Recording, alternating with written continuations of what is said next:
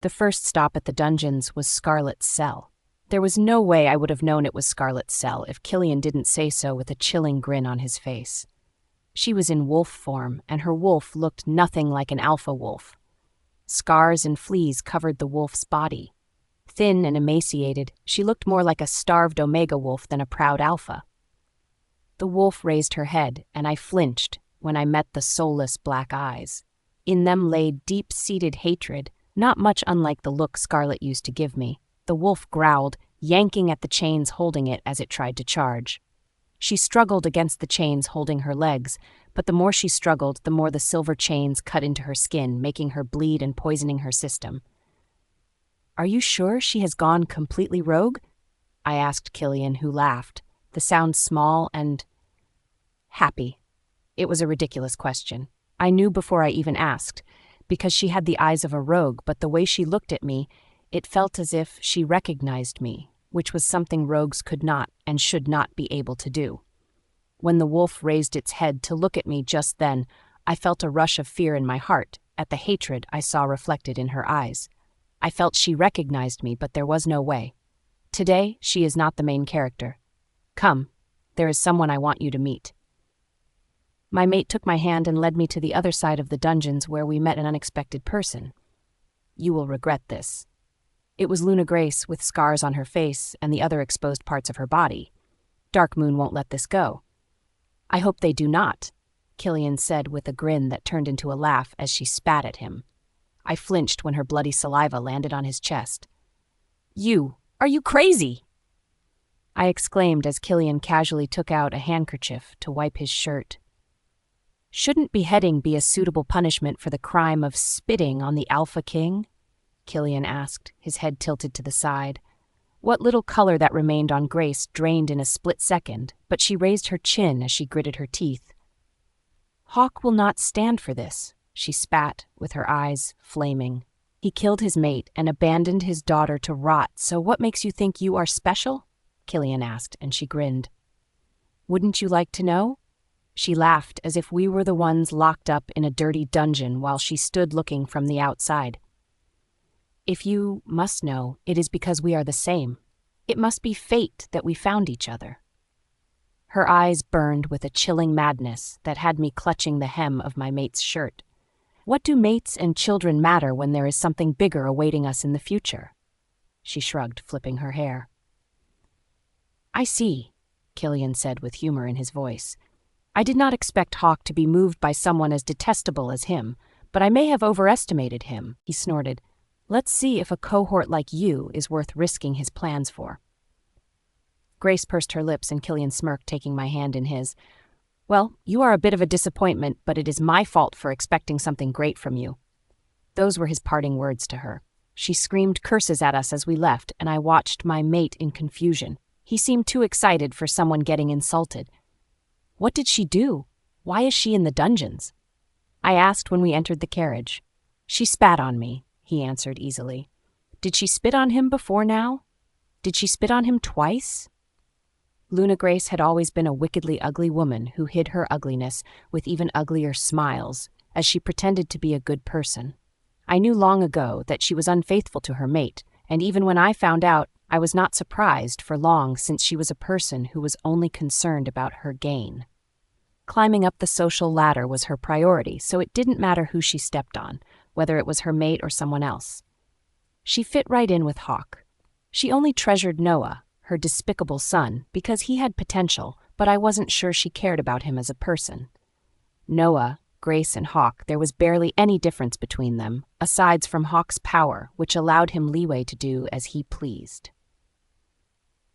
Seething in the carriage, my eyes fell on a bunch of newspapers. My heart stuttered as I grabbed the first one. In the last few days, I avoided newspapers like the plague, since they always found one way or another to slander me, so I missed this one. I flipped the papers to the page that caught my interest, my hands shivering. It was an exclusive interview with a proclaimed witch. The section condemned hybridity and called me barren. Apparently, hybrids could only reproduce with their kind. Swallowing, I placed a hand on my flat stomach, feeling tears well up in my eyes. Forget it. Killian plucked the paper from my hands. I told you I will handle everything, so you should not worry, he said. What if, I started, unable to look at him. What if it's true? I asked. It's not, he refuted with such finality. One would think he could make it false. But what if? What if I don't? What if there is something wrong with me? I asked, and silence filled the carriage. The silence stretched for a full minute, suffocating me until I had no choice but to look up at him. His gaze was already fixed on me when I turned to look at him, so I stuttered out some words, feeling awkward.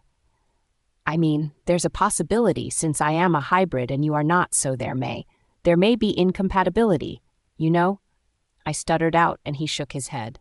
There is no incompatibility, although it is possible that it may not be as easy for us to conceive as others. It is not incompatibility or barrenness, so stop thinking irrelevant thoughts, he growled, and I had no choice but to nod my head in surprise. The rest of the ride back to the carriage was relatively peaceful, but when we got back, we met chaos in the name of Hawk. Where is she? He demanded. You mean the Luna of Red Lake? Killian asked with a smile. She is where she belongs. You? Hawk looked on the verge of breathing fire. Do not provoke me, Killian, he growled. Oh, are we now on a first-name basis? Killian asked. Shall I also call you by your first name? I snorted as Killian mocked him, and Hawk's eyes dashed to mine as if he just noticed my presence. His dark eyes got darker, and he took a step forward. Do you understand that I am your father? He directed his wrath at me. Do you understand you are standing against your father? Between my father and mate, whose side do you expect me to be on? Even if Killian and I were merely fake mates, I would need to kill my conscience to stand beside a man like Hawk. You will regret this, Hawk said, wagging a finger at me. Funny enough, that's the same thing your mistress said, I snorted. It happened in the blink of an eye. 1 minute I was having a glare-off with Hawk, and in the next, my cheeks stung as his palm connected with my face, and before I even registered the ringing, I heard the sound of clothes ripping as my mate shifted and lunged at Hawk. So right there, in front of the palace, Killian and Hawk went at each other, aiming for the other's throat. My heart pounded in my throat as my stomach squeezed in fear. Kalea pressed me from the inside, wanting to shift, but I held her back, having enough sense not to throw myself into a fight between alphas. It took about 5 warriors to break up the fight, and when my mate shifted back, his eyes glowed an ominous red. The scratches on his skin were healing, but my stomach turned just seeing them. Are you okay? I asked as I approached him, feeling my stomach tremble.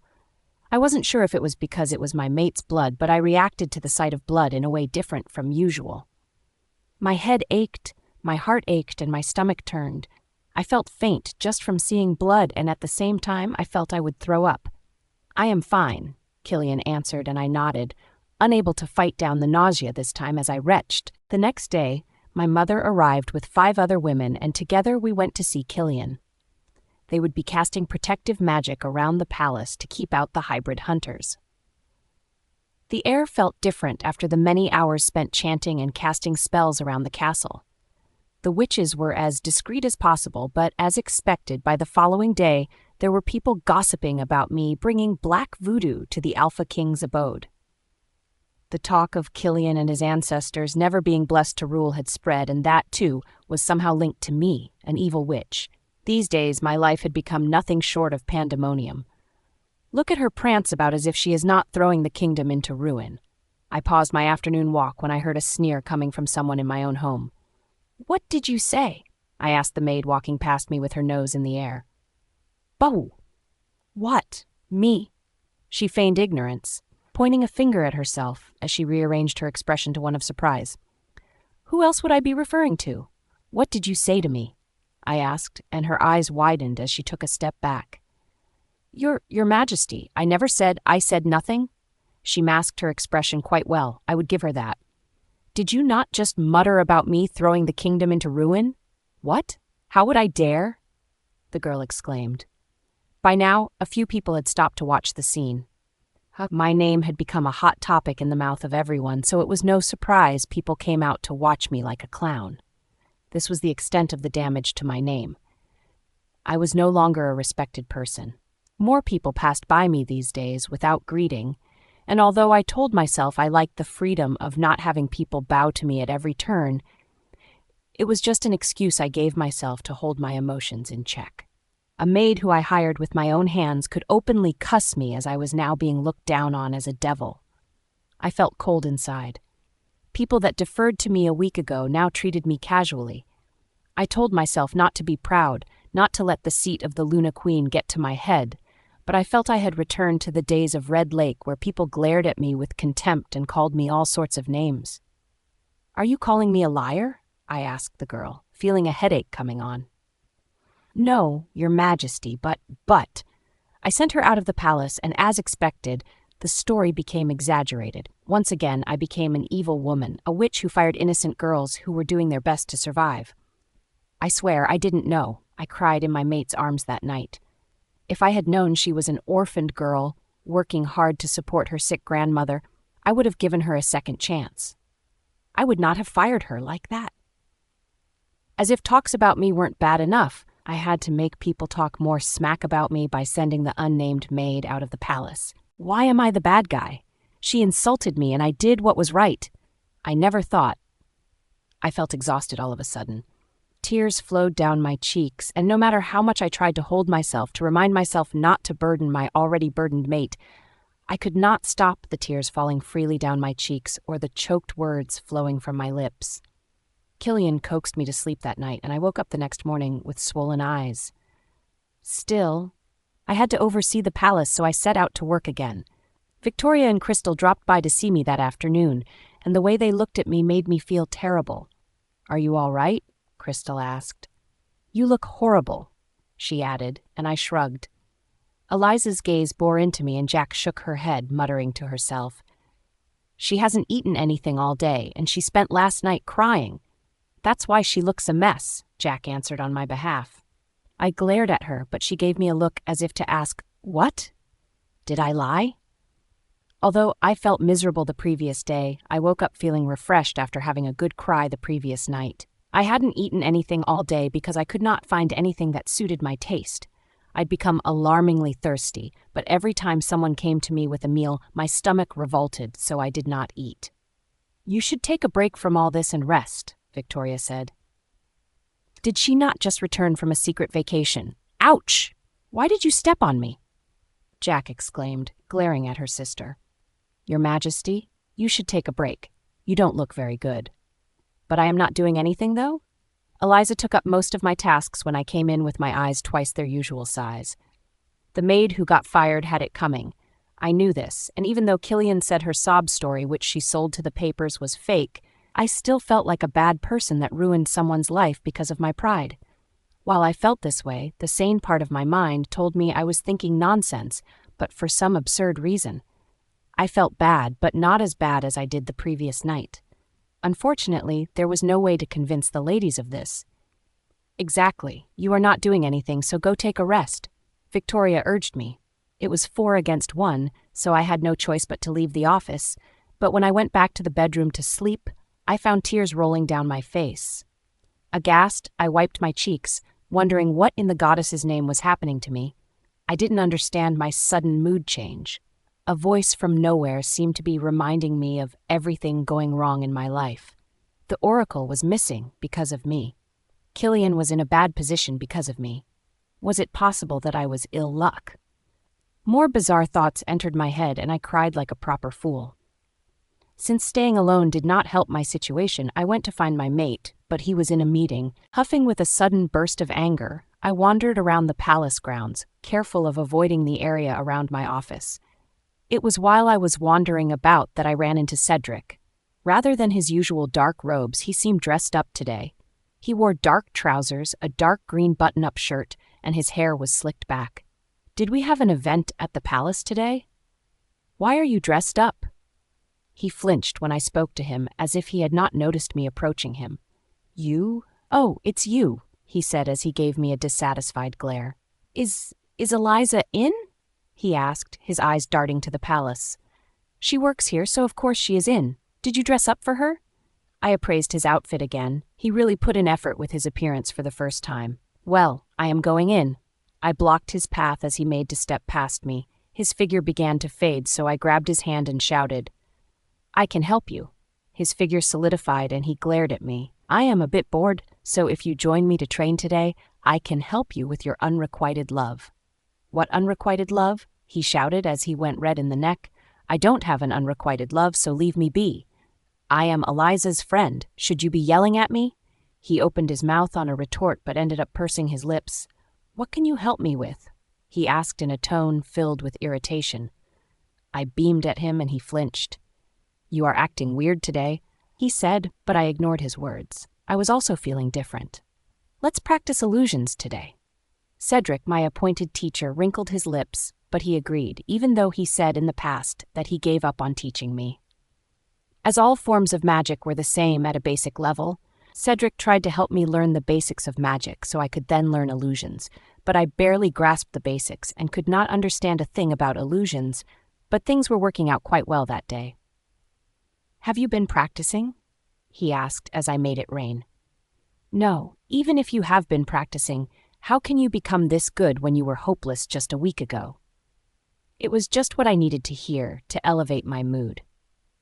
"I think the goddess is finally showing me some favor," I shrugged. Even I was surprised at how easily I created the phantom rain. "I've been thinking, how do I create a labyrinth?" It was difficult for a proud man to back down, but I was not one to relent. I learnt from dealing with rogues that force is necessary, more than necessary. It was often a must. Who knew I would learn something useful for dealing with sane wolves from rogues? "Crush his fingers," I instructed the warrior holding down Elias. "Do you think the night howlers will stand for this?" He let out a screeching howl as the warrior turned his bones to powder. "You cannot treat me like..." He let out yet another annoying howl as his other hand received its own treatment. "If you even care about the night howlers, then you would cooperate with me." Of course, he did not cooperate, so I had to force his cooperation. "Why did you do it?" Aside from working with Hawk, Fraser, and the rest, Elias was also involved in the recent outbreak of rogues. Who would believe that one of the descendants of the 7 founding alphas would embezzle money to fund something as evil as this? I said I am innocent. "You bass! Ah!" I nodded at the warrior, who took his cues quite seriously and executed his actions perfectly. Since Elias was too arrogant to speak, I went looking for Fraser. I met yellow skin hanging on bones. His eyes looked blank as I approached his cell. At a point, I even considered letting this man rot in here rather than him receiving the death penalty because of how well his wife begged and how useful she had become in the investigations against her mate. I never expected to find something as sinister as a drug that could make wolves turn rogue in a short time when I decided to investigate the issue of embezzlement in the kingdom. "Good afternoon," I greeted the lifeless man in front of me. If he could not greet me, who was I not to greet him? An uncertain emotion flickered in his eyes before they returned back to their default lifelessness. "Your mate has begged me to release you, and since she has been instrumental in uncovering your evil, I even considered it. Hence the delay in your sentencing, but you have refused to cooperate." He flinched when I mentioned his mate but remained unmoved. "Are you willing to talk, or shall I bring your pups to beg you?" You will rot end." His dead eyes finally came to life with a blazing fire. Despite his thin voice, I heard the clear venom in his tone. "Yes, I will die a cruel death and whatnot, but how about you?" He gritted his teeth. "Or shall I introduce your family to the drug?" He flinched, his teeth tearing apart his dry lips. "I have given you so many chances, and at this point, I might give up. In the first place, it was not my duty to question prisoners, but the existence of a drug that could turn people rogue was not something to be handled lightly. This is your last chance.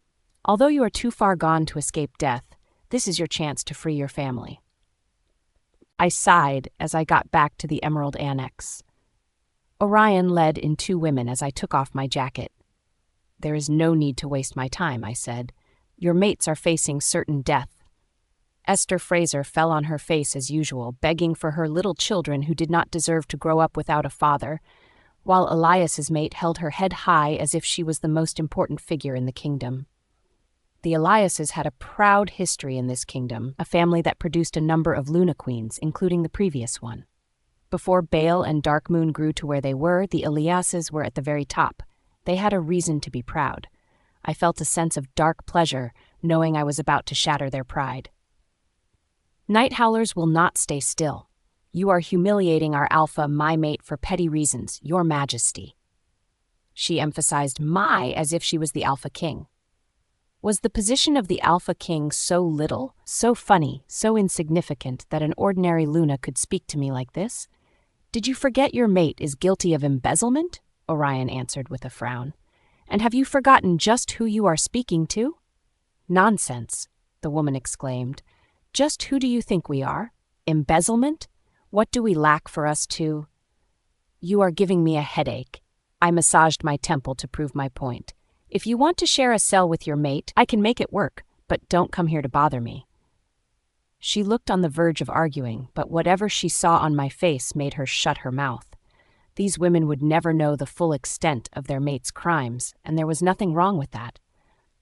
I had them thrown into the dungeons for embezzling public funds, but more than embezzlement, they also came together to create a drug that made wolves turn rogue. Fraser was reluctant to confess, but a man with a family could not remain tight-lipped when his family was threatened. Reluctant to invest their resources in an experiment that may fail, they took the kingdom's resources and used it as they pleased. My skin crawled and my claws sharpened as I imagined how they must have laughed together, preparing something so sinister. It was because of you, Fraser's words resounded in my head. If you were not so stubborn, we would not have gone through such extreme means to keep you in check. To destabilize my government, they really went that far as hurting innocent subjects, as far as creating rogues to throw people into a panic. I had a headache. Orion dragged out the women whose mates were the leading culprits in this case. Of course, there was Alpha Hawk involved in this, but he covered his tracks better than the others, so there was not a single proof that he was either involved in embezzling public funds or using said funds to fund evil research. Scarlet. I muttered the name like a curse. Do you miss her? I raised my head to my mate, and the darkness closing in on me cleared up. She smiled, and it would not be an exaggeration to say her smile lit up my world. What are you doing here? She only ever visited in the mornings. Are you complaining? Never in a million years. She closed the door and came over to settle on my thighs, then she threw her hands around my neck. I was surprised at her forward behavior, but not displeased. So, did something good happen? I asked, when she nestled her head in the crook of my neck. No, but I feel like something good is about to happen. She seemed in a good mood, and considering all the things going wrong, I was surprised anyone around me could be in a good mood. Did you have a dream? I asked, but felt her shake her head against my shoulder. No, surprisingly, I do not have any dreams these days. She didn't sound worried about that. Is that all right? I asked, and she nodded against my neck again. It was just a few weeks ago when she whined about not being able to dream of the future again, no matter how much she tried. Yeah, I don't always have to dream, you know? I have you, so I am sure things will work out. My heart squeezed and an insurmountable pressure weighed down on me. Yes, she had me. I should be able to sort things out without worrying her. Yes, I got you, I vowed, feeling my heart race. What if I disappointed her? What if things became a bigger mess? What if I disappointed her? I had never doubted my abilities as much as I did then. Despite things not going my way for a long time now, I remained unshaken, tired but optimistic. But when my mate said those words, I felt my muscles tighten. They were not unexpected words. It was something I already knew, but suddenly I felt pressed for time. The goddess being on my side, my mate was still on my thighs when we received news that the oracle had been found. I knew you had things covered. She pressed a drowsy kiss to my cheek, and Orion coughed awkwardly before leaving the office. Things were falling in place, but there was still Hawk, who remained slippery. I had his supposed lover and daughter in the dungeons, but he still proved elusive. Shall I just have him confined for treason? I may not be able to prove that he killed my brother or all his other offenses, but he attacked me. That was enough to convict him of treason. But Dark Moon would not let him go, and I had barely started weakening their influence across the kingdom. While I systematically drove Dark Moon to a corner, they announced their breakup from the kingdom, and as if that was not bad enough, there was suddenly an influx of rogues in the capital. So many that extermination of rogues became inevitable. I was in a good mood these days. Although I no longer had any dreams, whether of the past, present, or future, my magic improved. My wolf was lounging and lazing around, and Serena had been found. The oracle could not return to the capital yet, but we knew where she was, and Killian sent warriors to protect her. Things were going well, but I should have known better than to relax. It was hit after a few days of calmness. First, the temple came out to say that Killian and his lineage were never blessed. And while the news rattled us all, Dark Moon Pack officially announced they would be leaving the kingdom. And as if that was not bad enough, the grounds of the capital shook as rogues began to attack from every corner. Where is the Alpha King? As there is no Alpha Prince to send into battle this time, shouldn't the Alpha King come out? Can we even call him the king? Have we not been held hostage by those people for too long? Without Dark Moon, what will we do as a kingdom? Those were the concerns of the kingdom. It was like a bucket of ice-cold water had been splashed on me, reminding me that I had no reason to be happy. Although my mood fluctuated for no reason recently, I still felt good, but there was no reason to feel good. Things were falling apart. It was while I paced in the bedroom, waiting for Killian's meeting to end so I could speak to him, that I received a letter. The messy scrawl made me cringe even before I read the letter. Are you ready to surrender, or shall I add a bit more pressure?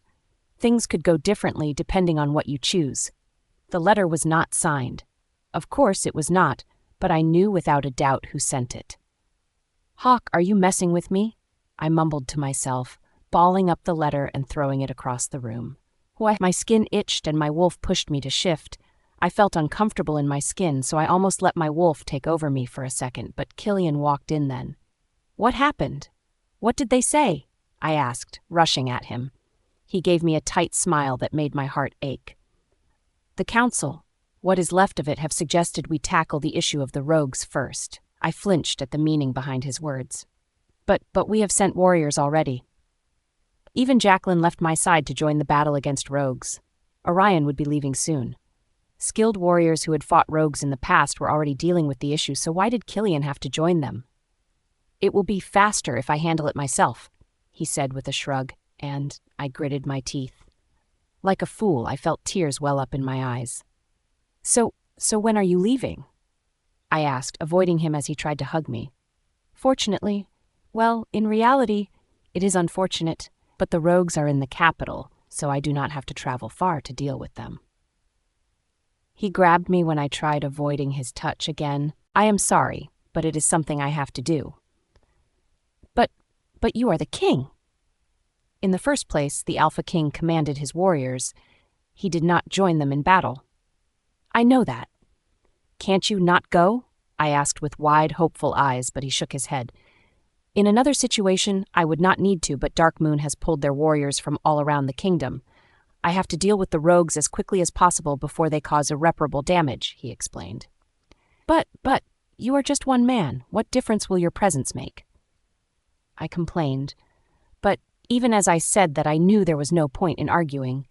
Even when his father sent him to battle with rogues as a teenager without experience, he came back leading the warriors. Be careful, I muttered, feeling resignation weigh me down. Yes, I will be. The palace will be protected, so you do not have to worry while I am away. How could I worry about my safety when I was not the one going into battle? He did not have time to dilly-dally, so after changing his outfit, he arranged for the warriors to go with him, and they set off that night. Since Killian was leaving, Orion could not leave too. The beta grumbled beside me as we came out to see him off. If anything happens to her, you are dead meat. Killian wagged a finger at Orion, who pressed his lips together in displeasure. What could happen to her here? This is the safest place in the kingdom, he murmured. If you are so worried about your mate, allow me to go so you can stay with her. Killian growled at Orion, who bent his head. It was the first time I realized these men, the ones who were involved in the past battle with the rogues, really loved the battlefield, enough to complain about not being allowed to go back. I studied my mate to see if he too was like that. Was he itching to vanquish rogues in Jack's words? His face gave nothing away as he turned to me. I will make sure it does not take long, he promised, and I nodded, fighting the tears burning my eyes. I love you. Words that made me feel warm and fuzzy made me feel desolate then, lonely even. You have to return, I said, and he nodded. How could I not return? My place is by your side, he assured me, but I did not feel assured. My hands trembled as he pulled me into a final hug and placed a chaste kiss on my lips.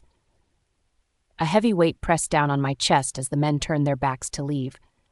I reached out a hand to grab my mate, to pull him back to my side, but I held myself back. My stomach twisted up in knots, and the tears I forced back all the while cascaded down my cheeks. He'll be fine, Orion tried to assure me. This is a tiny compared to what he has faced in the past. I nodded, trying to pull myself together. You are the Luna Queen, I mumbled to myself. Pull yourself together. It was easier said than done. Why did it feel like my whole world was at stake? Why did breathing become so hard?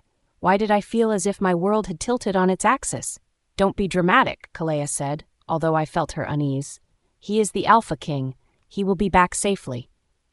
Everyone said that, but I did not feel good. He said he would not be gone for more than a week, but a lot could happen in a week. None of us knew what Hawk was planning, but we all knew it was something disastrous.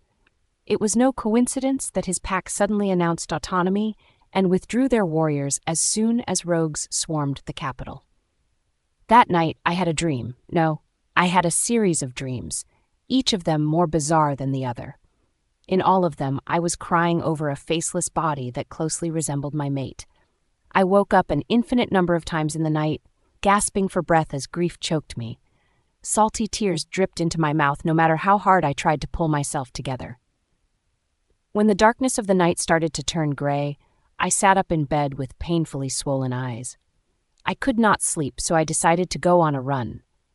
I passed the maids starting their work and the warriors changing their shifts as I walked into the forest, shivering from the morning cold.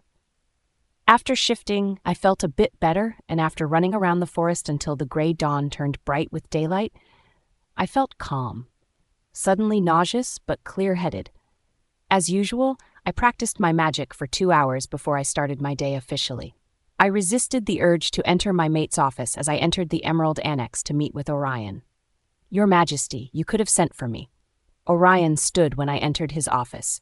I have nothing important to do, so I came myself. He was still wearing the clothes from the previous day. He patted down his shirt when he noticed my gaze. Any news? No, we have not heard anything, but they must have arrived by now. I nodded my heavy head. Is there anything you want, ma'am? I shook my head. No, I will just go have breakfast. Alone for the first time in months. There was no word from Killian and the men he set out with, but there was word from Red Lake concerning the release of their Luna, and there was word from Dark Moon about their heir. At first, I interpreted Hawk's letter the wrong way. I assumed he wanted to shackle me to his side, but I was wrong. It turned out that Grace was pregnant with his child. How was that even possible? I stared at the letter from Dark Moon, and then I stared at the letter from Red Lake. Then I burst into laughter. What sort of sick joke? How could Grace be so shameless? And her mate, too. Did he know that his mate was carrying another man's child? I left the letter on my desk as I made for the dungeons. I had to confirm this ridiculous news with my own eyes. If Grace was indeed pregnant, we could not keep her in the dungeons. Orion came out to see me off with a troubled look in his eyes. Killian asked me to keep you safe, he muttered with a frown. Can't you wait for 3 more hours? I would be able to escort you then. He gave me a hopeful look, but I shook my head. You have a lot of work to do, I reminded him. My mission was to quickly check up on Grace, and between Orion and me, I was the one with the less work, so it felt unfair to make him escort me to the dungeons when he already had a mountain of work waiting for him. I am just going to meet with Grace. I had to see the shameless woman with my own eyes. There's no need to worry since I am going with such a large number of warriors. I was not unaware of the dangers that came with going out at this time, so I went with as many as 6 warriors. The ordinary wolves were agitating for Killian and me to step down. There were rogues roaming around, and it was not clear what Hawk was planning, so I knew to tread with caution, hence the large number of escorts. "Please be careful," Orion said to me with a sigh. It was clear that he would stop me if he could, but of the two of us, I was the one with the higher rank, so he could not command me. "Don't worry, I will," I waved at him as we set out. The last time I took a step out of the palace, it was to go to the dungeons with Killian, to see this same woman. As the horses pulled the carriage, I wondered if there was a possibility of Grace really being pregnant with Hawk's child. If she was, we could not keep her in the dungeons. We could not lock up an innocent child even if they hadn't been born yet. "Oh, I am annoyed." I massaged my temples. "Do you care for a sip of water?" One of the two warriors in the carriage with me asked as he poured from a pitcher. I was thirsty, so I graciously accepted a cup from him and took a sip. After the first sip, I felt thirstier, so I drained the cup. I handed him the cup as our carriage lurched violently. It turned out to be a broken wheel, so we had to change carriages. It did not occur to me to be on alert until I thought of how convenient it was for us to find another carriage after ours lost its wheel. When I frowned about to speak, I found my speech slurring. "Did you drug me?" I asked the unfamiliar warrior whose profile started to blink in and out of focus as my consciousness faded. "Do you feel drugged?" he asked. Rather than panic, I felt a foreign serenity overtake me. Even as my eyes closed and my brain registered the fact that we were not headed towards the dungeons, the only thing I felt was sleepy, and before I knew it, my eyes closed in sleep. I did not know how long I slept, but while I slept, I had a dream. It was a dream of the throne room. Right on the throne that belonged to my mate was a wolf, a pristine white wolf. As I watched the wolf, I saw my mate's dark one grab the white wolf by its neck and set it on the ground. The white wolf whined and jumped back up on the throne. Cheeky. That word had me opening my eyes. When my eyes opened, I saw a familiar ceiling. It took my brain a couple of seconds to recognize the ceiling I was staring up at. "You are awake." I turned my head at that familiar voice, and then I smiled. "It's been a while," I murmured. "You became even more cheeky," the woman sneered at me, but unlike her usual behavior, she did not rush to hit me. "And you are still as ugly and ill-tempered as before, Sylvia." I greeted the head of my former sub-pack. "Oh, am I tied up?" I asked when I tried to use my hands to support myself but found them unable to move. "You thought you had become better than us, huh? Because you managed to climb into the king's bed like the little slut that you are." She laughed, rather than answer my question. "Unfortunately, Carrot, trash will remain trash. If you had been a good little slut, you could have lived a quiet life with Alpha Norman until he got tired of you, but you chose this path, so you have no one else but yourself to blame." "You better stay still," Sylvia warned, wagging a finger at me. She exploded as if she waited a long time to say that to me. "Why should I?" I smirked at her as I tightened my fists and yanked my hands apart. The thick rope did not give way on the first try, neither did they tear apart on the second, but on the third, they ripped like a flimsy dress, and I smirked to myself. Not only was I a white wolf, but I was also mated to a warrior, and the Alpha King no less. "Surprised?" I asked the woman who used to bully me in the past. "You better stay still," she warned, but surprisingly, she did not approach me. "Don't worry, I want to see this shit show till the end," I scoffed derisively. Alpha Howard had always been a useless, slow-witted man. It was no secret that his mate ran the pack, but I never expected him to be this dense. What did he think he would achieve from kidnapping me? No, wait. How did a small pack like Red Lake manage to bring me from the capital to their village? "I forgot all about you people, but it seems you all have been thinking about me." I looked around the room that used to be mine.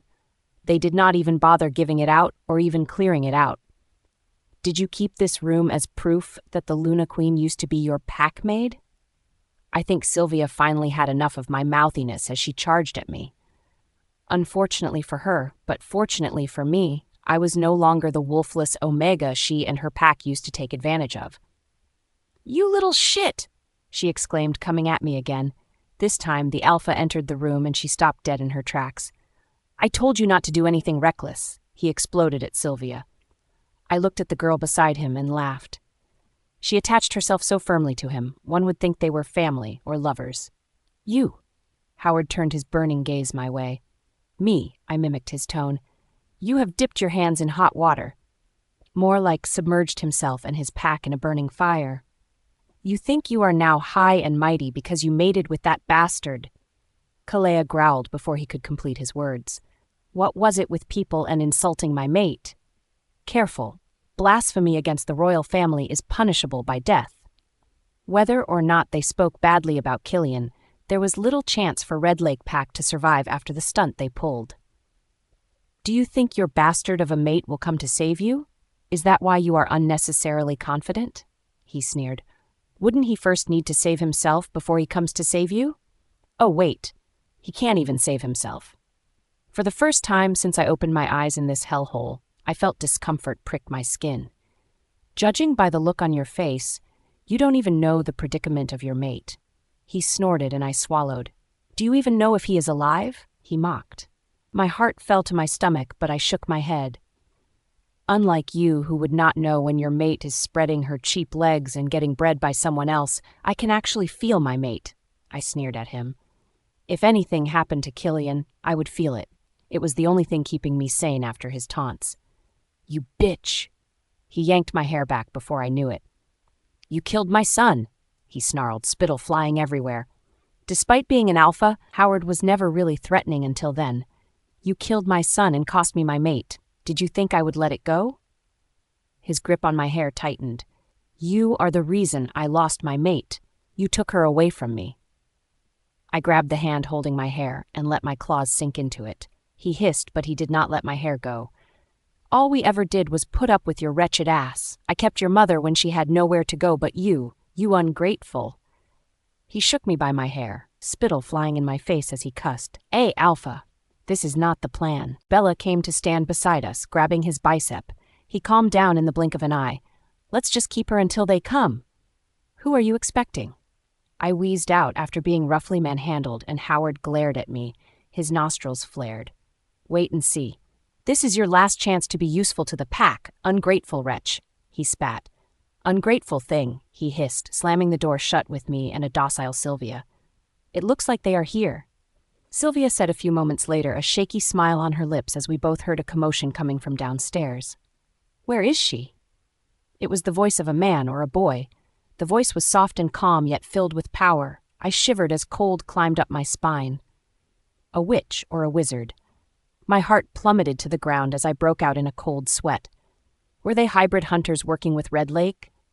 In a split second, while I tried to figure out a way out of a situation more dangerous than I first imagined, dark smoke filled the room, and I saw him. Hello, I stiffened at the cool voice that sounded in the room as my legs shook. So you are the hybrid. I cast the first magic I thought of, and thankfully, it did not fail. As I had practiced creating labyrinths for a while now, the minute I tried, the setting changed from my abandoned room in Red Lake Pack to a maze-like structure. The only problem was that I never learnt how to detach myself from the illusions I created. I was lucky to even be able to create such a tricky illusion, but no matter how much Cedric taught me, I never could get myself out of an illusion without destroying the said illusion. This is an illusion, I heard that cold and eerie voice from earlier. Illusion magic. There was no hiding the awe in that creepy voice that sent shivers racing down my spine. That voice was too close, and it made me think, what if, just what if this illusion was on a small scale? In the first place, I could not say I had a talent for creating illusions. It was just that these days, I had an unexplainable burst of luck with handling my ability. If this was a tiny labyrinth, the strange man, or boy, would find me in no time, and then the entire point of this labyrinth would be defeated. I felt genuine panic then, and to make matters worse, I felt an unexplainable sharp pain on my right shoulder that had me doubling over. Ack! I shoved a fist into my mouth to stop myself from screaming. Oh, are you there? I heard the man's voice as I fought back a loud gasp. You have such potent magic as expected of Victoria's daughter, the man was saying as I examined my shoulder. I expected to see blood dripping down my arm, or at least an ugly bruise, but when I raised my sleeve to look at my shoulder, I met neither bruise nor blood. Killian. Something must have happened to my mate, and that thought alone hurt more than the phantom pain. "Ah, I found the exit of your maze." I heard that dratted, creepy voice again, but what shall I do? I still want to explore it. As the man spoke, I felt another burst of pain, this one worse than the first. This time, I could not stop myself from exclaiming out loud as I lost control of the illusion. "You," I raised my head to see Sylvia glaring down at me with eyes that sparkled with anger, hatred, and wrath. "They said you were an evil witch, but I did not think you would be so despicable." Although she looked paler than she did a minute ago, she still moved with vigor and agility. Sylvia. She was also like this before I left the pack. A woman who only knew how to use brute force and would never, no matter the situation, shy away from hurting others. No matter the circumstance, she always responded with her fist. Whether she was cornered or insulted, whether she felt disrespected or overlooked, her fists were always her solution, and she was rather good at using her fists. And at that moment, she was approaching me with raised fists. Her fist launched at my jaw, and I moved out at the last minute, barely escaping her iron fist. She reached for my neck, as if to strangle me, while I started to shift, but then a heavy weight fell on me mid-shift, startling me. It was Sylvia. "You seem to be weak at basic magic," the eerie voice came again, and I flinched, ready to cast another illusion. "Can you stay still for a minute? Who are you?" Despite trying to make my voice solid, I ended up with a shaky voice. While I inched away from him, I went through the list of illusions I could create, and the one that would be the easiest in escaping this creepy man. "That's something you should have asked from the beginning, but you like to skip the basics. I am Samuel." He took a step forward, and I took two back, gritting my teeth as my heart pounded against my chest, and my breathing turned harsher than a marathon runner's breath after a long race. "If you do not learn the basics, something like illusions would be useless to you." Sylvia groaned, and we both turned to the lump on the ground. Then she let out a loud snore. "I put her to sleep.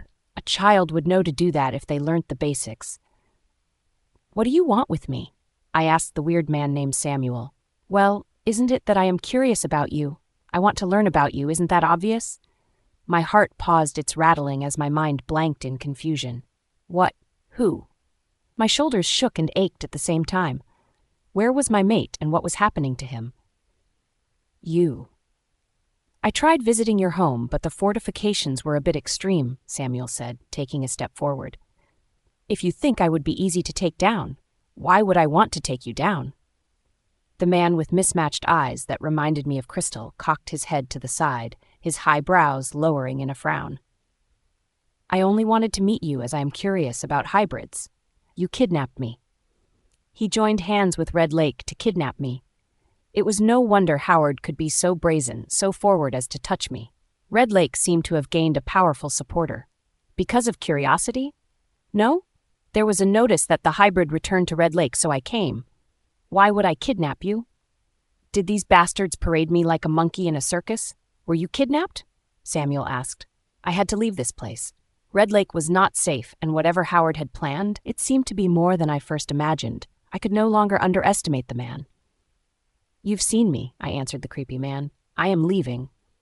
I stepped past him to leave the place, but he caught my hand, and I froze from the numbing cold of his hand. "Oops, sorry. Shadow magic is like that." He let me go. "Shadow magic?" "Like Cedric," I muttered to myself, looking at the man again. "Oh, you know that punk." He followed me as I made my way down the stairs of the pack house. "I am sorry if I startled you, but I never meant any harm. Just..." We both paused when we got to the entrance of the pack house. It was because the place was surrounded. "It seems we have run into your worst nightmare." The man beside me muttered, his soft, eerie voice hardening. "We found the hybrid," one of the 10 witches standing with Howard said. Howard looked at me with satisfaction in his eyes. Before anyone had the chance to react, I thought of rogues, and then I manifested them. What?" Howard exclaimed, but he was the least of my worries. As rogues attacked from nowhere, I shifted and took to my heels. I did not dare turn back to the scene I was trying to escape, as I ran with a heavy weight weighing down my heart and a bitter taste spreading on my tongue. There were shouts behind me, and I think I dodged a curse as I fled Red Lake for the second time in my life. Even as I ran at neck-breaking speed, my mind reminded me of how slim the possibility of escaping was at this point. There were around a dozen or so witches out for my neck. Red Lake would not let me go as easily as the first time. I had to hide. But where would I hide? Would the ground open up to hide me? The trees in Red Lake were not enough to stop witches. Every strand of fur on Killian trembled as we ran. The illusion I created as I fled must have faded as I left the scene. My mouth trembled, so I gritted my teeth, fighting down a whimper. The last time I knew pure, unadulterated terror like this, I could not even remember. I did not know how long I ran, but I knew I tired out faster than usual. Creating two illusions back-to-back had that effect. I zigged past trees and ran farther into Red Lake's woods, my fur matting to my skin as sweat drenched me. Despite how fast and how far I ran, I felt them closing in on me. I dared not look back, but I felt them near. They were here, and at any point, they would surround me. It was the worst time to feel nauseous, yet my stomach rumbled and I became lightheaded. "Killian," I called at my wolf, but she whined. Even without her speaking, I knew she did not feel good. It would have been better to put them to sleep. I turned when I heard that eerie voice and almost stumbled. As expected, learning the basics is important. Samuel went silent as my wolf whined and then retched. "Ah, I see," he murmured as I forced myself to hold my shift, preparing to run again. Whatever he saw, I didn't, but I did see a witch, though. A woman with pitch-black hair advanced on me.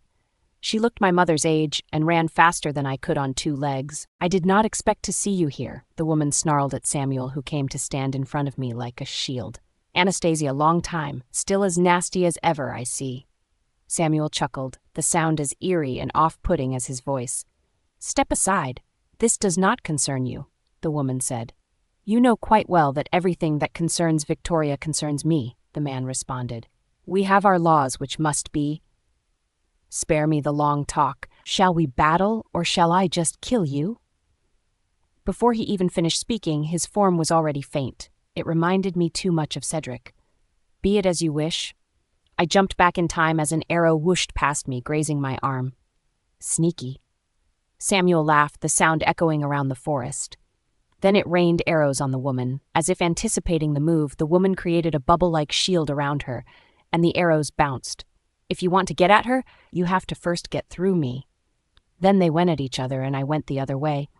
I knew neither of them, so even if it felt like Samuel was defending me, it could be for a sinister reason, so I gathered myself and dashed away, ignoring my quivering limbs. Red Lake was a small pack, so their territory was also small. I could only run at a fast pace for so long before earing the borders. My wolf circled back when we neared the pack border. Not only would we encounter warriors, but it also was not safe to enter another pack at this point. I had to hide, but my feet could not stop moving. Stopping, to my anxious mind, felt like waiting to be ambushed, giving up. My feet, as if with a mind of their own, carried me. My body ached and my legs slowed, but I did not stop. Even as I started to trot rather than run, I did not stop moving. "Killian," I called my wolf, but there was no response. Too tired to shift, I let her instincts dictate our moves. It was when my legs started to cramp that I perceived a delicious scent. "Killian?" I shook my head. There was no way my mate, who was dealing with rogues in the capital, could be here. However, I forced my aching legs to follow the scent. The closer I got to the scent, the fainter it got. All I could perceive was blood. An overwhelming scent of blood made my stomach rumble again. "Which blood?" "I swear she was here." I heard that eerie voice again and paused. The sun was setting in the sky. My limbs were tired, while my legs were cramped. I could not afford to run any more than I could afford a confrontation with the witches surrounding the pack house, so rather than continue to follow the scent I associated with my mate, I stopped. If it was a trick by the hybrid hunters, you better not be lying. That voice, the fatigue in my bones seemed to evaporate as I heard that voice. So I picked up my tired body and rushed towards the sound of the voice. "Killian?" My wolf barreled into the body, and I jumped back when I heard a groan. Startled, I took a good look at my mate, and my wolf let out a whine. He was in a bad, terrible state. Still in the clothes he left the palace in, blood-soaked different parts of the uniform. There was blood on his face, and I noticed his right side sagged compared to the left. "Let's get you out of here." Despite how tattered he looked, he still gathered my heavy wolf into his arms, and we went back to Red Lake's pack house, which was surrounded by warriors. The fatigue of running for hours with a rapidly racing heart and the sudden calmness were enough to knock me out. Amethyst. It was Victoria I saw when I opened my eyes a few hours later. Her eyes were swollen to twice their normal size, to the point where I blinked 2 or 3 times to make sure I wasn't caught in an illusion. "This is why I told you to hide, to flee," she exclaimed, and after that came a long lecture about safety, as if I knowingly followed the supposed escorts that brought me to Red Lake. I listened to her berate me for a good 10 minutes before my mate came in. "You are awake." He gave me a tired smile. Although he had washed his face and his eyes were as sharp as ever, it was hard to hide his tiredness. "We have to leave soon, but before that, is there anything you want to say to Howard?" For a long time after I left Red Lake Pack, I had been consumed by thoughts of revenge. Even after Noah's death, I still considered the entirety of Red Lake as my enemy. I may have forgotten about Red Lake if they did not come back to haunt me. I never forgave them, but I did forget. Now I had no reason to let them go. I was not a saint who could embrace those who persecuted me all my life and knowingly endangered me. I was not a person who would shed a tear or feel sorry for the fall of my enemy, so I laughed at the misfortune that befell Red Lake. When Killian asked about a final word to Howard, my answer was no. I had nothing to say to him or his pack. The only person who ever treated me like a person and not in a thing was Amanda, and she was long dead, so when the pack house lit up in flames, I did not feel a shred of guilt. Please, reconsider. All the years spent raising you. Howard and his pack were outside their pack house watching as it burnt to the ground, having been lit on fire by Killian's men. They say a child not embraced by their village would burn down said village to feel its warmth. The fire blazing in front of me felt like a healing balm. I ignored Howard, clinging to my leg with snot and tears running down his chin. "You should have known better than to touch my queen," Killian muttered from beside me, clasping my hand in his. But your majesty," he looked ugly with tears pouring down his face. "We raised her. A reward. A reward. Your reward is the life of your people." I turned to the people gathered with red eyes around the pack house, watching it burn. As my eyes passed over each and every one of them, I laughed to myself, remembering what this person and that person had done. In Red Lake Pack, I was at the bottom of the bottom. There was no one who treated or looked at me with even a bit of warmth. Was I cruel for not feeling a shred of remorse when I looked into the faces of so many crying people? Yes, I was, but I did not care. If I had not created an illusion of rogues and escaped, I may have lost my life. If Samuel wasn't there, if Killian did not arrive in time, the hybrid hunters may have taken me. Red Lake never cared about me, so I chose not to care about them. In the end, Red Lake was disbanded. Their land became free to be fought over by the neighboring packs. Sylvia and Howard were transported to the capital, and the other pack members had to find themselves new packs. "You will have to go with Victoria," Killian said when we neared the capital. "Her coven has agreed to protect you until all this blows over." "What? You haven't even told me what is happening," I accused him. But he only gave me a small smile. "Killian, Hawk and his pack have officially occupied the capital, so it is not safe for you." What? I exclaimed. "So a rebellion." It was not unexpected, but still, I was surprised. What of the rogues? As Cordelia is the temporary head of Night Howlers, she has lent us her warriors to tackle the matter of rogues in the capital. We have also taken charge of Fraser's pack, so his warriors are also involved in dealing with the rogues. The rogues, in the first place, were used as distractions and a way to divide my manpower against Hawk's rebellion. "What can I do?" I asked as he massaged his temples. "You can stay safe," he answered. "I am glad you were not in the palace." He stopped. "What is happening in the palace?" He pursed his lips. "Killian! Hawk!" He closed his eyes and let out a deep breath. "Hawkie has occupied the palace." "Protect her," I told my beta, who nodded. I would trust Orion with my life, but I could not trust anyone with my mate, so no matter how much security I set up as I left the palace, I still left with raging unease. Styx muttered under his breath and paced about as we left our mate behind. It was difficult, but it was necessary, and for now it didn't seem like Hawk had any interest in her. "Your Majesty, there is a problem." We had barely left the palace when we encountered the first problem, and from then until we reached where the other warriors were camped, we encountered difficulties upon difficulties. There were rogues everywhere, protesters, and at one point, we encountered witches. I assumed we encountered so many problems on the way because Hawk did not want me to join the battle, fearing the havoc I would wreak in a short time. That was until I got the letter. I was greeting the warriors as comrades when the letter from Lady Cordelia came. Despite how much sincerity she showed recently, she was still my vile stepmother who I kicked out of the palace so I could not trust her, but her letter gave me a start. We had steady communication since she told me about the planned assassination, but we never got anything meaningful from her before now. Amethyst in danger. Those were the only words I needed. I just arrived at the camp and I hadn't even had time to write to my mate, but I sent for a horse. The person who needed me the most at this point was not here. "Are you running away?" Jack asked, her cheeks flushed with alcohol as we passed each other. "Isn't it fun? I almost missed hunting rogues." "Good. Since you are here, you'll be temporarily taking charge of this expedition." That sobered her up fast. "Where are you going?" she asked in alarm. "Home. To my mate." There were no horses available on request, so I shifted and raced back to the palace with my heart in my throat and my emotions all messed up. "Please, be safe. Please, be safe." Cordelia's letter detailed Hawk's plan to attack the palace in my absence. By now, Orion must be at alert, but I had to be there before they arrived. Even if I failed to do any other thing, I could not leave my mate under the protection of another man at this time. I didn't even think of Hawk's plan to occupy the palace in my absence. I could care less that I was pushed to the battleground for no reason other than for Hawk to have better access to my home. All I cared about was the most precious being to me. They could have the palace, but my mate was there. After hours of running, I finally got a horse.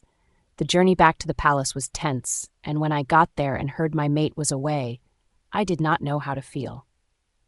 Orion. My Beta shivered as I called his name. Did I or did I not ask you to protect her? Hawk hasn't targeted her, and I sent 6 warriors with her. It's just the dungeons. He trailed off as Styx growled. Shall we go get her?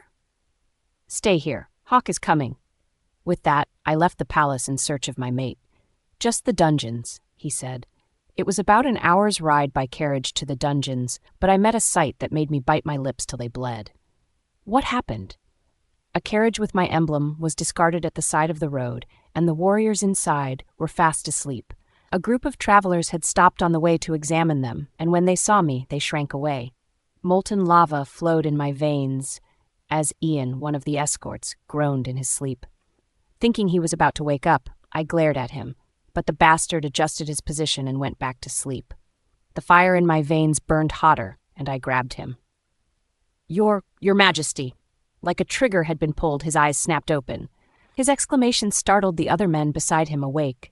His gaze went from groggy to clear in the blink of an eye, while my muscles tensed and I gritted my teeth, my jaw aching. Styx was pushing forward. It took all my self-control to hold him back, and the more I restrained him, the more feral he got. My mate, my wolf growled. Where is my mate? Amethyst, my voice came out thick. Where is my mate? Ian blinked. The men around blinked, and one by one, the last traces of sleep vanishing from their eyes. The horse? Where did the horse? Hey, why? After that came chaos, which I didn't have time to deal with. I was about to lose my cool when news from Orion reached me. Red Lake. Red Lake took her. Although I knew this was a part of Hawk's plan to get me far from the palace. I knew what to expect upon my return, but I could not stop myself. Safeguarding the throne paled in comparison with finding my mate. Here you are. Victoria found me. Where is my daughter? Her eyes blazed with green flames as she glared at me. Where is my daughter? Come with me. She was reluctant, fussy, so I moved to leave her behind. Don't ignore me. Where is my daughter? You said you would keep her safe. Why is she not home? Why? Victoria asked a lot of questions. She yelled and cursed, but her words entered one ear and came out through the other. The only thing I could hear was my heartbeat. I'd gone numb all over, and every time I blinked, I saw an image of my mate, alone and terrified, back where she started, in the arms of people I vowed to protect her from. "Will you stop gnashing your teeth and answer me?"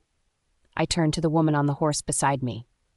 Her horse riding was even better than Jack's, but I said nothing.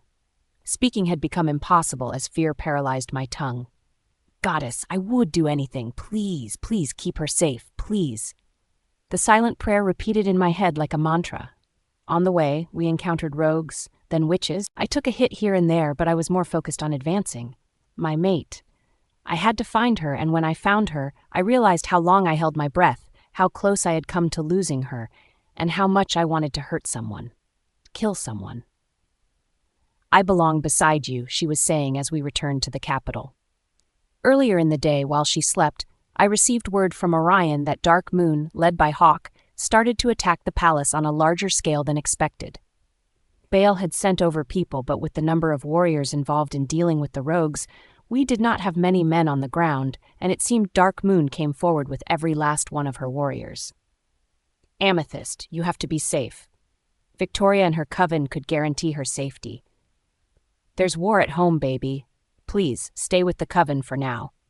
"But it is our home." Her expression dropped and my heart ached, but I was unmoving.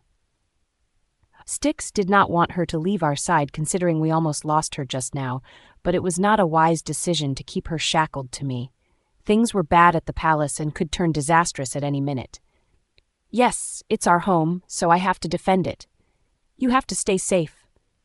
I coaxed. I knew she understood me as she nodded with tears in her eyes. "Be safe," she mumbled, throwing her hands around me. "If anything happens to you..." She trailed off. Our hearts beat together, racing and hurting. I wanted to console her, to tell her nothing would happen to me, but I wasn't so sure. Hawk was meticulous with his games. In such a short time, he had wreaked so much havoc and was waiting to do more. No one would be surprised if I fell. "We have a long life ahead of us, Killian. We don't even have kids yet, so you have to be safe." I nodded at the advice. "We have to grow old together, surrounded by our family. You have to tell me you love me every day till I'm old and gray. Don't you dare leave me behind." She tightened her grip around my neck, and I crushed her body to mine. "There are so many positions we have to try." I let out a short bark of laughter at those words. "I'm serious." "I know, baby." I hugged her tighter. "We will do everything you want and more. Wait for me." "That's a promise." She raised her head from my chest and stared at me through watery eyes. "That's a promise." I sent her away with the warriors that followed me to Red Lake. Then I got on a horse and entered Baal's stronghold in the capital. "How is the situation?" I asked Alpha Bake, and he shook his head. It was terrible. In half a day, Hawk had subdued what was left of my warriors. The king's guards, as expected, were traitors. I thought I weeded them out, but I was not thorough enough. Dark Moon had insiders working with them, so they moved with ease. "Orion?" I asked about my beta, and Baal's face turned grim. "They have him." I nodded at that response despite my constricted chest. "How many warriors can I get from you?" I asked Baal as I started to devise a plan. It took more than 48 hours for me to safely enter the palace in a disguise, and then I met Hawk. "I've been waiting for you." He sat on my throne with a cup of wine in hand and a grin on his lips, and at least 10 warriors surrounding him. I waited. I did. I waited, because I knew I would be in his way. There was little I could do to aid my mate this time, so it was best to stay out of the way. So I waited. The first day came and went, as did the second, then the third, until a week went by. At random intervals during the day and at night, I felt sharp stabs of pain, and as time went by, I learnt to ignore them. Sometimes I cried myself to sleep, and other times I woke up with my pillow soaked with tears, but I waited. It would be over soon. I hoped and prayed. He was alive. I could feel it, so it would be over soon and we would be victorious. We had to be. "Are you starving yourself again today?" Cedric came in with lunch.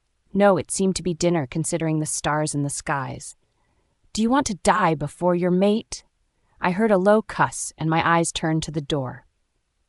The person cussing left in a hurry, but not before I got a glimpse of Soleil's figure. When I first arrived at the coven, the women were ecstatic to have me, but their smiles slowly turned to frowns the longer I moped around. "He is fighting so hard for your future while you starve yourself," Cedric snorted. He had a talent for offending people, I realized. When I got too deep in my thoughts, the coven sent Cedric and he poked at me until I exploded with rage. Today, despite his provocative words, I refused to be riled up. I didn't have the energy to be annoyed with him in the first place. Surprisingly, he didn't try to rile me up. "Do you want to get out of here?" he asked, and my brows shot up. "We can pay your maid a surprise visit." It was a tempting idea. So tempting, I almost nodded on reflex, but I held myself. There was a reason for my stay here. Besides my safety, it was best to leave Killian to focus on the task at hand. If I could not fight alongside him, it was best to not distract him. "Do you miss Eliza?" I asked in a monotone, and he flinched. Although he wore my ears off about Eliza in the past, I never imagined he was actually serious about her, not until he started to look as awful as I did since this ordeal began. Whether Eliza or Jack, I did not know anything about anyone. I was cut off from the world, only hearing things from here and there. The only solid information I got was from the newspaper Cedric brought every morning. The papers talked about the tense situation in the kingdom, the return of the Oracle, and the issue with Dark Moon, who had first declared themselves independent of the kingdom and was now trying to invade with the excuse of getting back their heir. Not unexpectedly, everyone believed the unrest in the palace was about Scarlet, since the public did not know of Grace's pregnancy. Hawke's groundwork in convincing people that Killian was nothing but a bastard born from a fraudulent lineage produced mixed results amongst the masses. People condemned Dark Moon, but a small sect of people believed, or wanted to believe, Killian was a fake experiencing retribution and that Hawke was the savior of the kingdom. They even called the Oracle a fake brought in by my mate and me. I pitied Serena. As a lot of people didn't know her, it seemed people believed her to be a fraud. That was as much as I got from the papers Cedric brought me every morning. "We were talking about you," Cedric said with a tight smile. "Don't ask me silly questions." With that, he stood, dusting his trousers. Pushing his hair back, he paused and opened his mouth to say something, but ended up thinking better of it. When he exited the room, I flopped face into bed, ignoring the meal he brought in. I wasn't hungry. How could I be hungry when anxiety tightened my guts and filled my stomach? Thoughts of my mate filled me with dread, so there was no space for hunger. Different parts of my body hurt, and I wondered just how badly my mate was hurting. At times, anguish squeezed my heart, and I knew that it was not mine. My mate's emotions got so strong sometimes that they leaked into me. I spent the better parts of that night fighting and failing to hold back tears. Sleep, as usual, eluded me, so I prayed for my mate. I wasn't sure if the goddess heard or if she cared, but I called her a good number of times and prayed for my mate's safety. As the night dragged on, I heard murmurings coming from downstairs. The coven held nighttime meetings sometimes, and since it did not concern me, I did not bother with them. While I tossed in bed, I felt a sharp pain, as if a spear had pierced my chest. The pillow muffled my scream and took my tears. "I'm sorry. I'm so sorry." I knew I promised my mate that I would stay away, that I would stay safe until all this blew over, but with every tick of the clock, I lost a piece of my mind and shortened my lifespan. I'm sorry. I was sorry, but I could no longer endure. Even if it was the last thing I did, I had to see my mate. The back door creaked as I opened it and let myself out. The women would stop me, I knew, but I did not want to be stopped. The roads were empty as I got out of the coven house and shifted. The moon and stars were the only light that night, and they were the only lights I needed. I felt something deep inside me waver, and then it seemed to die out. My wolf whimpered and howled silently as we ran until the moon faded and the sun started to rise. I thought it was by sheer luck that I managed to enter the palace, which was heavily guarded by men I did not recognize, but I later discovered otherwise. I entered in my trembling wolf form, and then I shifted back. Like a thief, I entered an unoccupied room and threw on the first clothes my hands came upon. They were a maid's uniform. I laughed quietly as I exited the room, but immediately a hand grabbed me and pulled me into another room. "What the hell are you doing?" I raised petrified eyes to see Jack glaring down at me. In the week or so since I last saw her, she had turned haggard, rougher than I remembered, with alarming dark circles around her eyes. "Jack, Killian, my mate. Something has happened to my mate." "And you have come to save him, have you?" she whispered harshly. "This place is crawling with enemies. Your neck would fly off in a split second if you are discovered." Her red eyes glared harshly at me. I was torn inside. I knew the dangers, but I could not find it in me to care. "I have to see Killian. Can you take me to him?" I asked Jack, whose nostrils flared. "Of course not. Do you think I am a fool like you?" she hissed. "Go back. You cannot be here." As she spoke, a loud howl filled the palace, making the grounds rattle, and Jack hissed, "Stay here." I grabbed her before she could leave. What was that?" My nails bit into her skin, but she shook me off roughly. "Jacqueline," Kalea growled. "Goddess, this is not the time. This is so not the time." She pinched the bridge of her nose. "What is happening?" I demanded, and she sighed. "It's the sound of death, isn't it?" My blood ran cold. I suppose the battle for the throne would officially start now. "The what?" I flinched when I heard a crash. "You cannot be here. Look, everything is about to be tossed to hell. Hawk has since occupied the palace and has now issued a formal challenge for the throne." "Is that—" I did not even know what to ask. From the throbbing in my chest, it was clear my mate was still injured, and now a formal battle? I had heard stories about alphas challenging each other for the right to rule, and I knew this would be much worse than the stories I used to hear. Knowing Hawk, my mate's chances. "This place is dangerous for you." "Ma, we were both distracted, so we did not see them. And even if we did, it would have been too late to escape anyway." "I expected you sooner, but it is fine since you are here anyway." Jack and I turned to see the beta of Dark Moon leading a group of unfamiliar warriors. He smiled, and his smile looked genuinely warm yet sinister. Jack went into defense mode, but the warriors around him subdued her in a few minutes as the beta dragged me away. "Are you ready to give up?" the beta was saying as his warriors dragged me towards the throne room. "Aren't you tired? The Calestis family is about to fall. But if you cooperate, we may yet spare your mate." "What do you want from me?" I hissed, trying to free my hands from the iron grips or Dark Moon warriors. "A simple surrender would do. Hand over the kingdom and all this would end. You know, your father is unwilling to lose you. After all, you are the precious daughter he only just met, and a hybrid one too." He gave me another warm smile that spooked me worse than Samuel's voice. "The kingdom is not mine to hand over." I snarled at him, but he only shrugged. "Your mate is unfit to handle the affairs of the kingdom, and you are the last surviving royal." He gave me a pointed look. What had they done to him? "We haven't done much, but he is stubborn. We will have to do something, but that is not the main point. We are interested in keeping you alive, so if you cooperate, we can let him live. All you have to do is surrender. It is as simple as that." Even till the end, Hawk was still looking for those he could use. Of course, if anything happened to Killian, the throne would not go to me, but he was the last of his lineage. There would be protests. Hawk could deceive a lot of people, but not all. If he kept me shackled to his side, he could use me as a shield. After all, I would remain the Luna Queen, or the Dowager. My skin tingled, and my hybridity, as my mother predicted. My father only saw tools, not people. "Ah, you are here." I heard Hawk's voice, but my gaze was inexplicably drawn to my mate, whose expression went from blank to furious in the blink of an eye. "This can end now," Hawk Beta whispered to me like the devil's advocate. My mate was in terrible shape, and they knew I would do anything to help out, but I was not a fool. If I surrendered on behalf of my mate, all of this would be over for us. "What would it be, Amethyst?" He was lying. I knew he was lying. The soft voice whispering to me was false, wrong.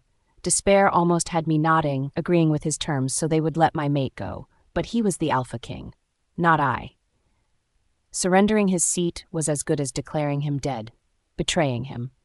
So even though he had several bruises decorating his face, even though blood oozed from a deep wound in his chest, even though he had to fight over 20 wolves in this condition, I could not tap out on his behalf. As I watched with my eyes wide, unwilling to miss even the tiniest of his movement, he stomped hard on a wolf's shin, breaking its ankle. They fought in their human forms, but it was not any less deadly than fighting in wolf form. The throne room, which was always decorated and pristine, was soaked in blood, bloody bodies here and there, with more dropping as they attacked my mate. Hawk sat on the throne, my mate's throne, as he grinned at the whole thing. I knew they dragged me here to discourage me and force me to do as they said, but I hardened my heart, or I tried to, but it was difficult. Killian, although he held his own, was not faring well. My stomach rolled as a fist connected with his jaw, and blood sprayed everywhere. Even if as many as 5 warriors did not surround me, the horror and sharp pain of watching my mate get hurt would have frozen my feet to the ground. Would it end like my dream? Was it destiny? I could not move, and my mate was surrounded, fighting for his life, for our lives. Killian gritted his teeth as he continued to move. At this point, it would be best for him to shift, but the men came at him at an alarming speed, giving him no space to shift. "Can you see there is no way for him to win?" Hawk's beta muttered with a scoff while Hawk watched my mate as if he was nothing but a slave fighting for his amusement. "You can save him." Salvation. I bit my lips and Kalea whimpered.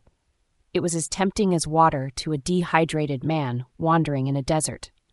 Tears gathered in my eyes as I bit my lips hard enough to draw blood. I would use my blood as a seal, hand over everything to Hawk, as long as he let my mate go. He was fighting alone, fighting traitors while his warriors were caught outside the palace. He was fighting alone. I would give anything. I wanted to give everything when he hissed in pain, staggering to the side. A scream lodged in my throat as he was shoved hard into a wall. "Is the throne worth it? Is it more important than your mate's life?" The devil whispered to me, and I shivered. "Is your pride worth more than his life?" His life was tied to the throne. There was no guarantee that we would survive if we surrendered. I wanted to believe that Hawk pressed for surrender because he was afraid, uncertain of his chance of winning against my mate, but he was not. He lounged on the throne and chuckled at intervals, uncaring. He only wanted to make things worse for my mate, humiliate him, and use me. If Killian was not my mate, I would be terrified of him. I would call him a beast. A monster with the way he still managed to cut through the men in front of him, despite his awful state. Bathed in blood, I could only watch as he cut through Darkmoon's warriors with a slight limp in his steps. He was angry, but aside from that anger, his tension and dread leaked into me, and I swallowed thickly. What should have been one-on-one combat with Hawk turned out to be an ambush. We were outnumbered, all his warriors trapped outside while Darkmoon's warriors attacked, but he held his own. While my eyes focused on my mate and my heart raced from my throat, a force like a tornado picked me from the ground and slammed me down. That force turned out to be Hawk's beta. It was the perfect distraction. I exclaimed in surprise and terror, my heart threatening to burst, and it threw my mate off balance. One of the standing warriors grabbed a sword and pierced him. "Killian!"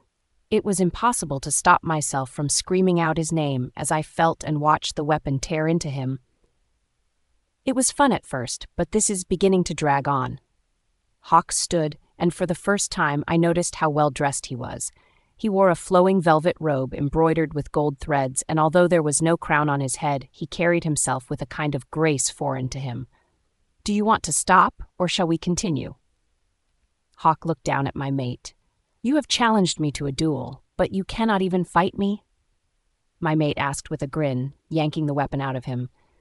Blood gushed out of his stomach, and I flinched while he grinned with bloodied teeth. "Killian," I muttered his name, but if he heard me, he did not react. "Whether I touch you or not, you are dead meat. Hawk, you even have to fight for? A kingdom that hates you? Relinquish your rights to the throne already. If you are so confident that you can have it, then you should not shy away from fighting for it." "Look at you," Hawk said, coming down the throne. "You are as good as dead." He stopped in front of my restrained mate.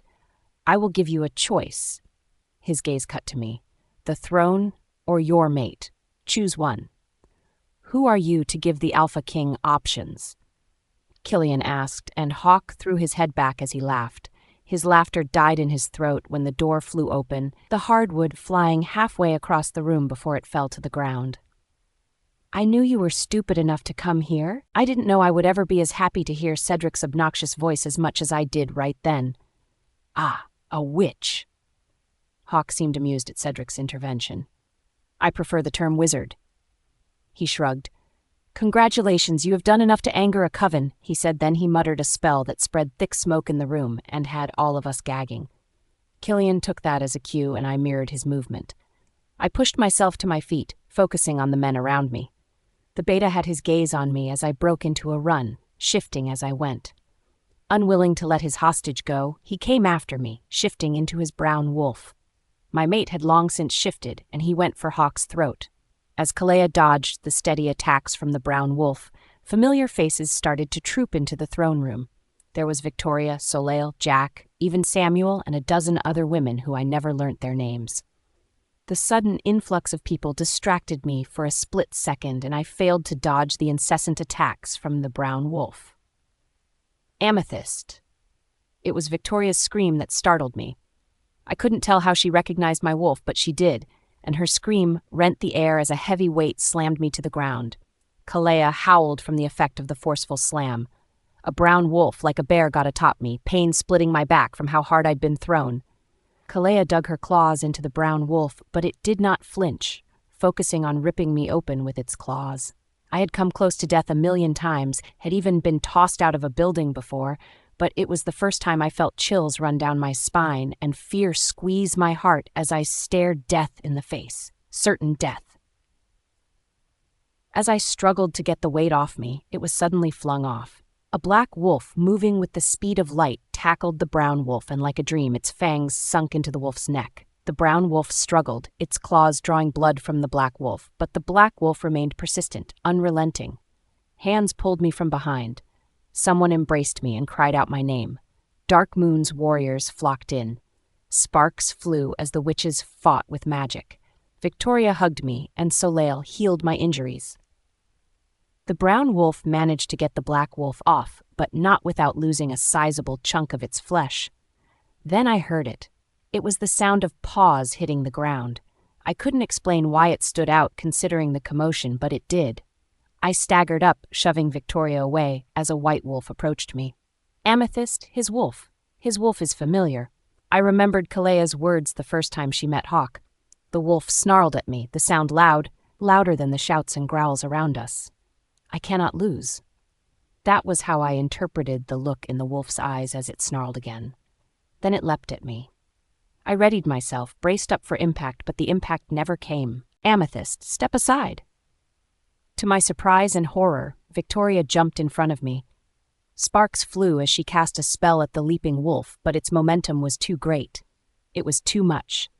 It threw all its weight into that single move, and even if she was a powerful spirit mage, she was encased in bones and flesh, a human body that was nowhere close to withstanding a wolf's strength.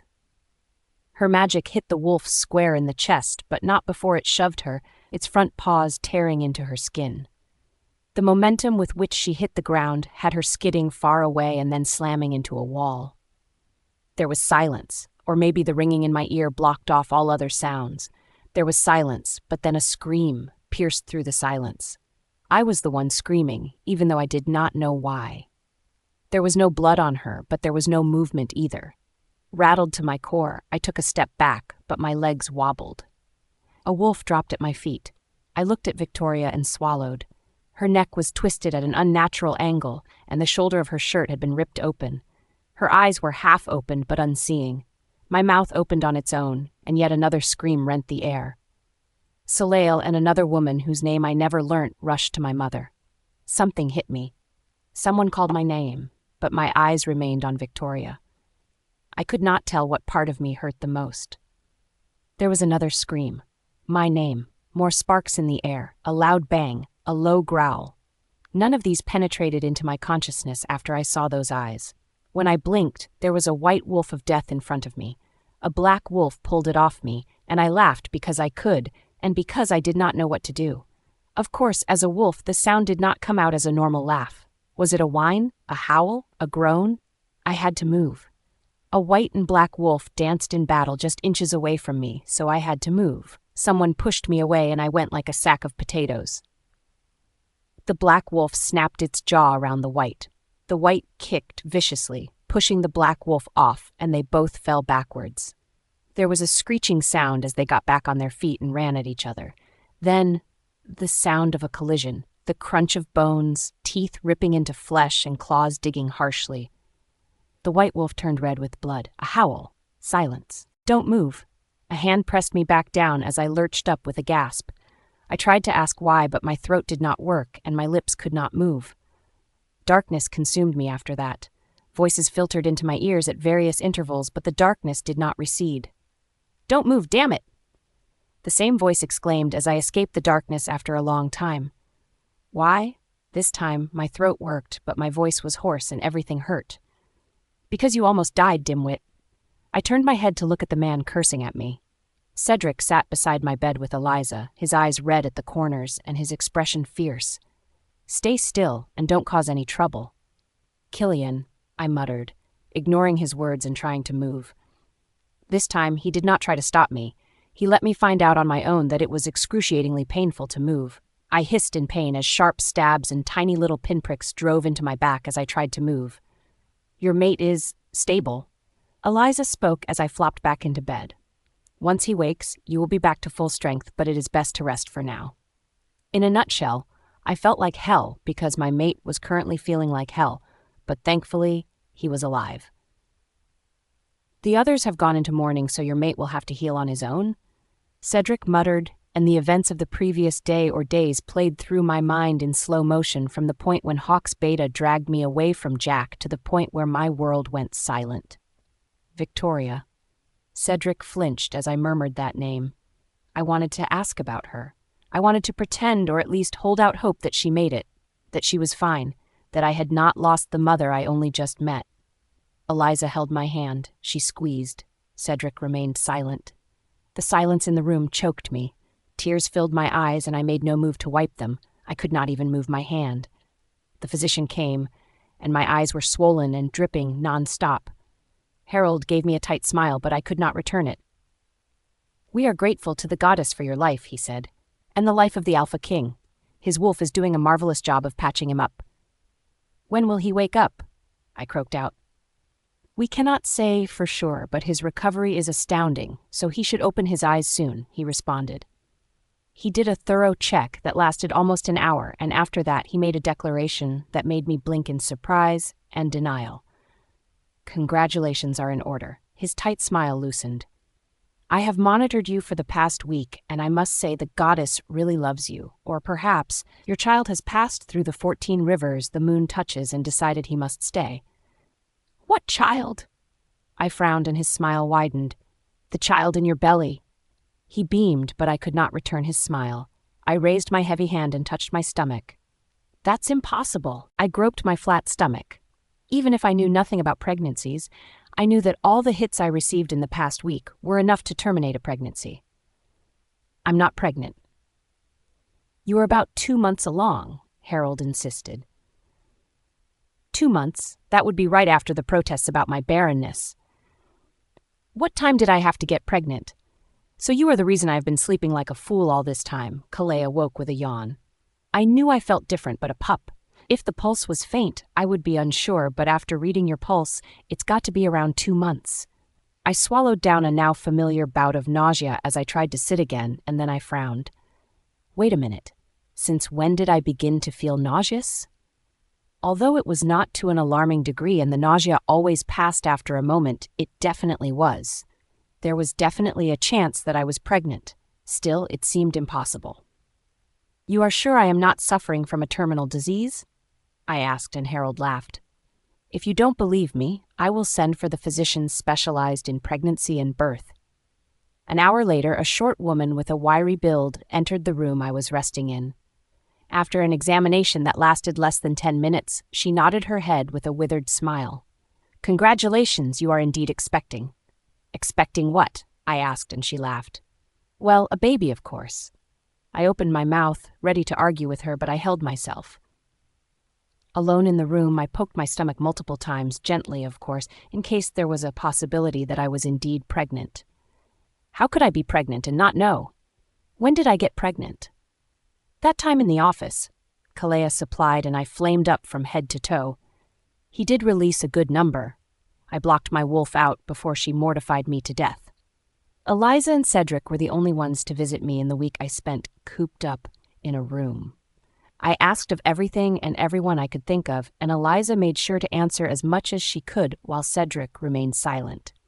He only came to make sure my magic was stable and not to converse.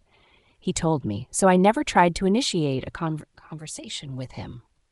Jack had joined Orion in cleaning up the rest of the rogues, which she abandoned when she heard of the situation at the palace. The members of the coven were mostly fine.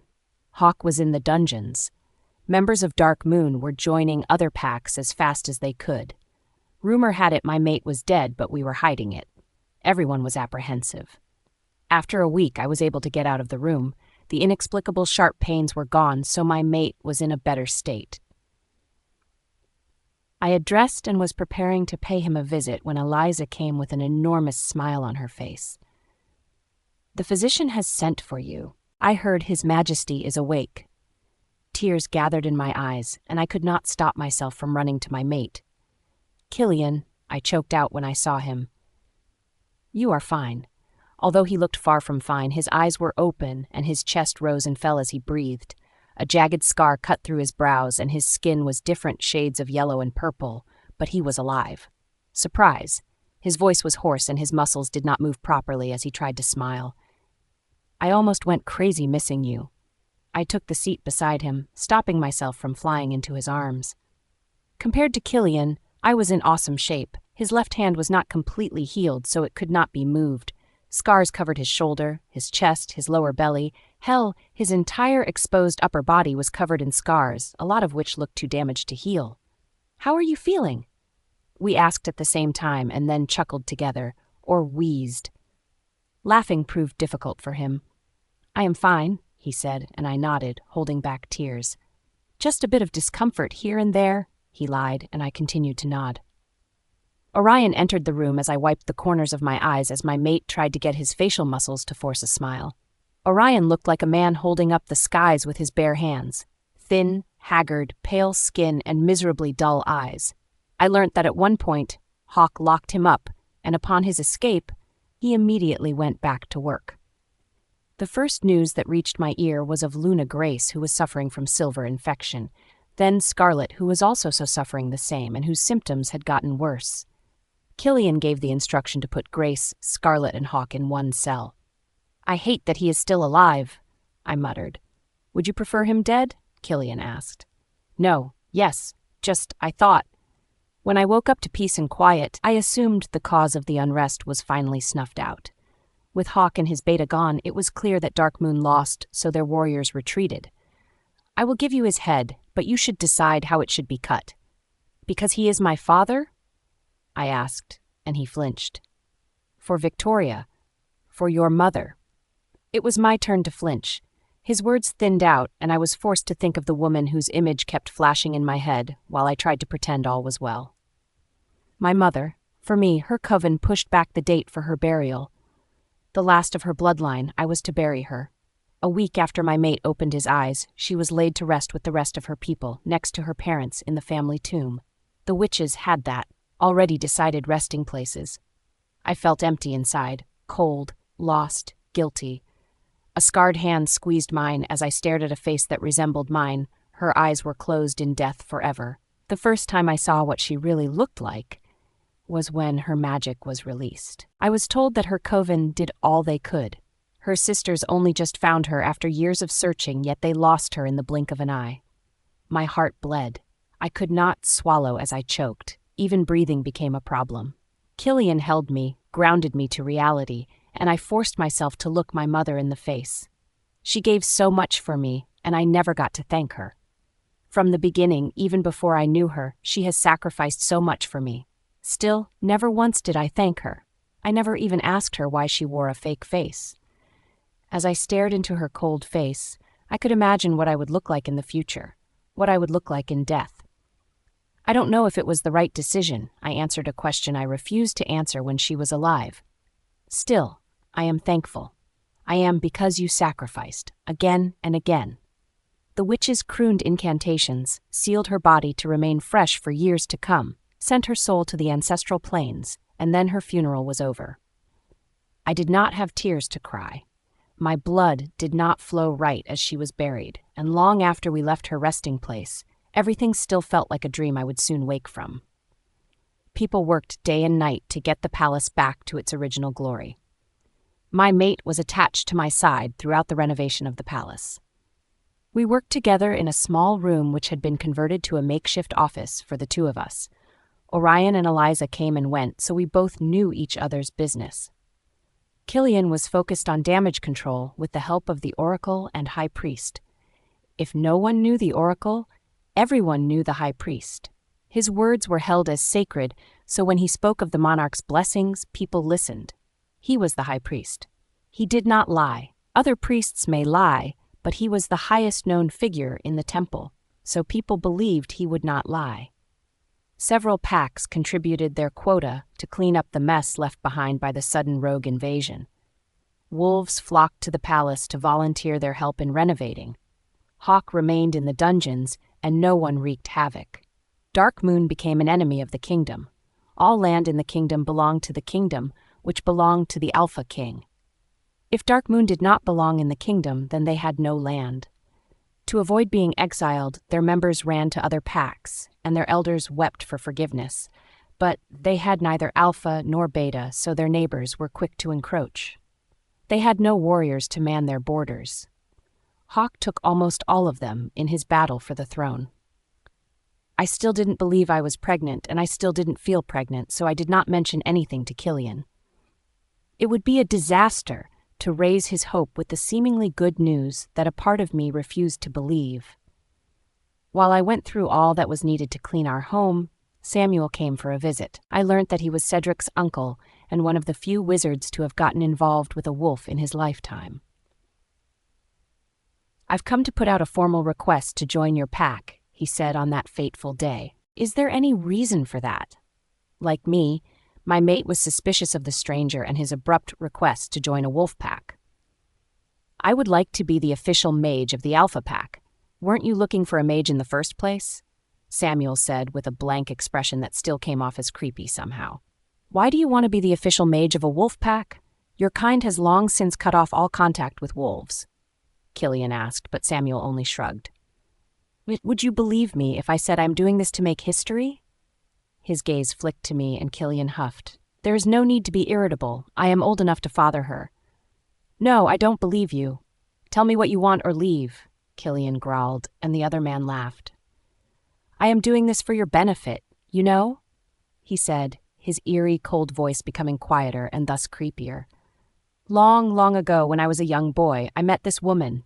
She was as bright as the sun, and, well, I will spare you the details, but she was a wolf.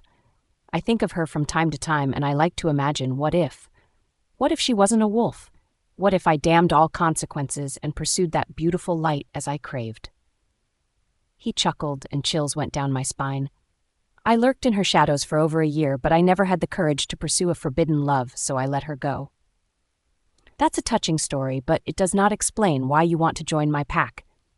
While I felt my heart soften towards Samuel, Killian shut him down with cold words. "If you do not have a valid reason, then the answer is no. You cannot join." I looked at my mate in surprise. Joining hands with witches would be phenomenal.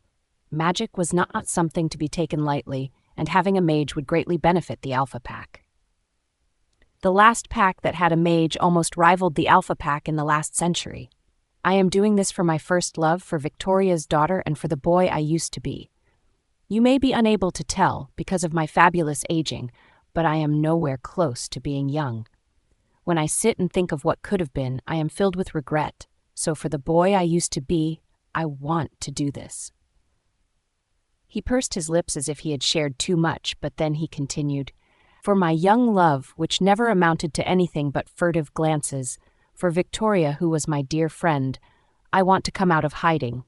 If I had the courage then, I too may have had a hybrid daughter, or I may have been hunted with my family, but these are things I would never know because I never had the courage to try in the first place."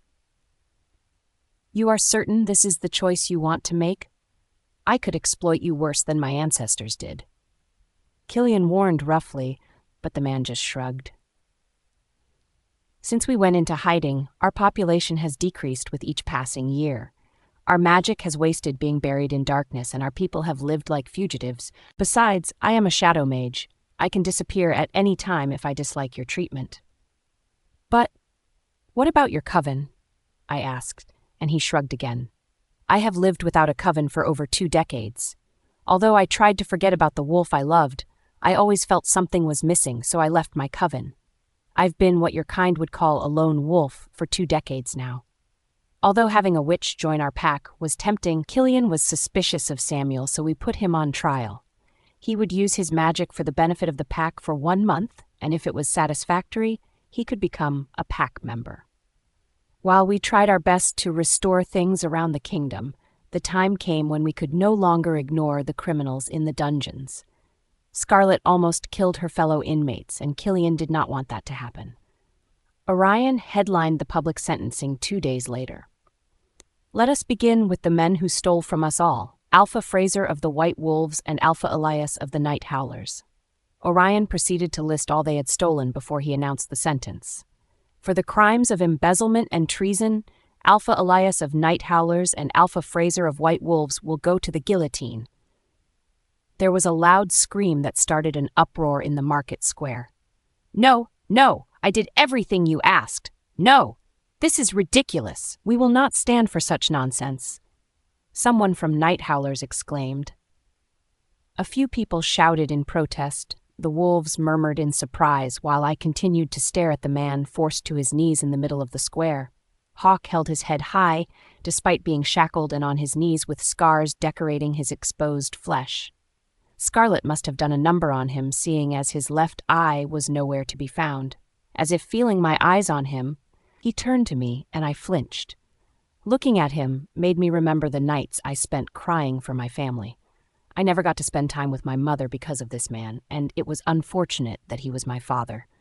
When I looked at him, I remembered the many ways he threatened me and tried to bully me into silence, from when he said I would never have a Luna ceremony to when he tried deceiving me into surrendering my mate's throne. No way! I object! I object! Where is the proof? The Alpha King is a tyrant trying to bully Night Howlers into silence. Helen Elias's loud yells brought me back to the present. We will not stand for this.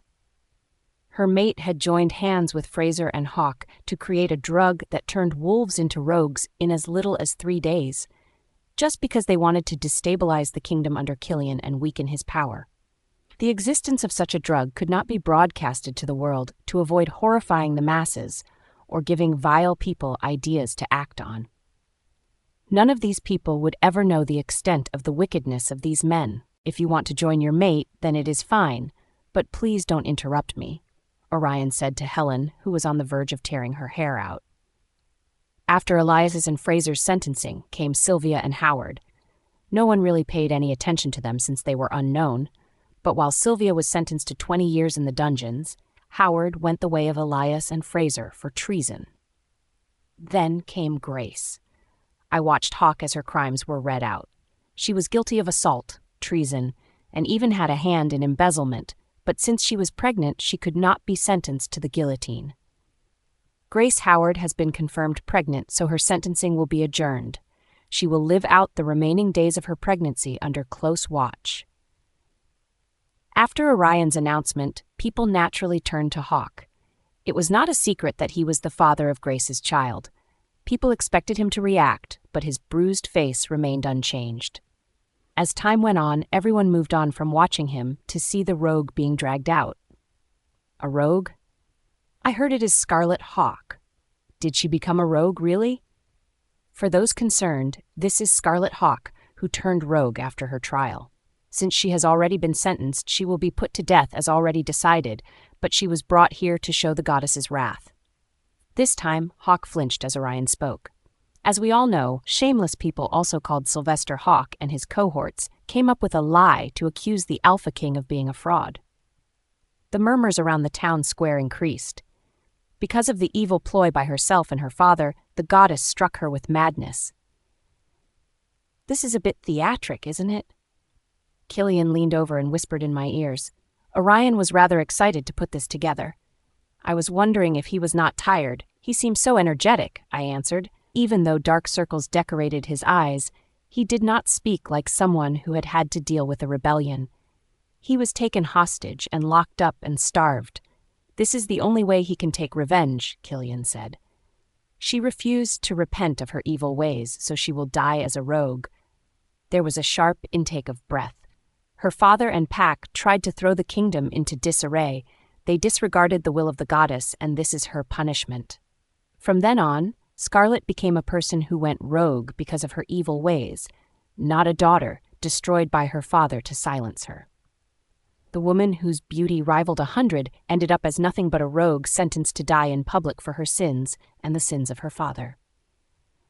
Sylvester Hawke, an entire day would not be enough to list your evil. Orion glared at Hawke. Some people watched with bated breath as the once most powerful alpha in the kingdom was dragged forward like a sheep being led to the slaughter. Others pointed fingers at him and mumbled under their breath. Who knew Dark Moon could ever fall? Such a powerful man. Why did he become so greedy? I can't believe I ever thought a man like this was handsome.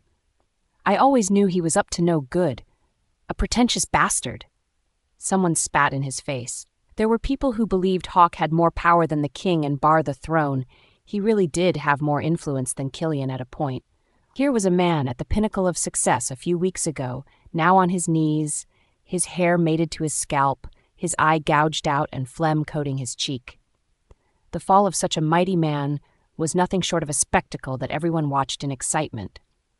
First, we will start with the assassination of Alpha Prince Seth. It was like pouring kerosene into a weak fire. The crowd roared to life. No way! Didn't he die of a strange disease? He was murdered? But my brother who works in the palace said it was suicide. No one bothered lowering their voices as everyone shouted. Some even screamed, unable to express themselves clearly with words. Sylvester Hawke, you used a poison made by witches to kill the royal Alpha Prince Seth to fulfill your selfish gains. Do you plead guilty or not guilty? The screams died out in a split second. All eyes focused on Hawke, but he remained impassive.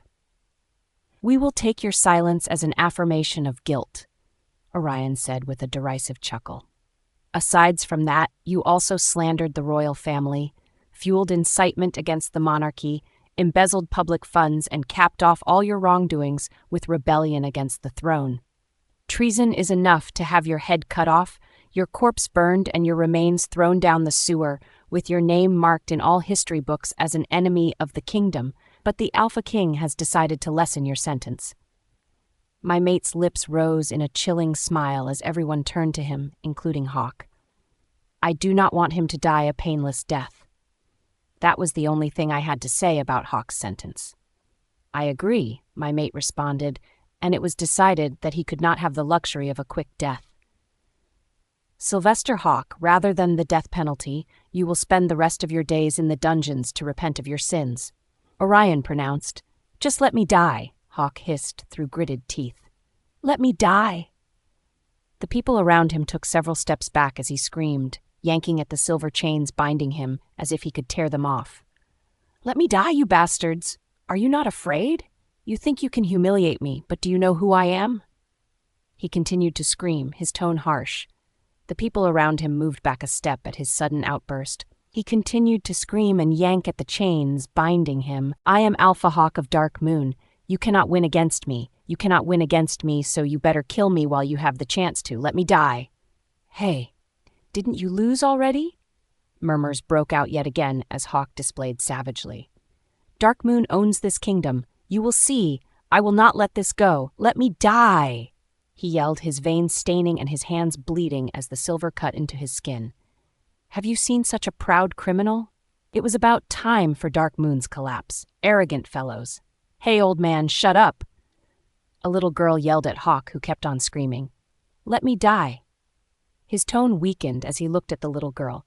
She threw a handful of sand at him, and I smirked. It was satisfying to watch the fall of such a man. Hawke was someone who could stand up to the king, but now even a little child could curse at him, and her parents would laugh without fear.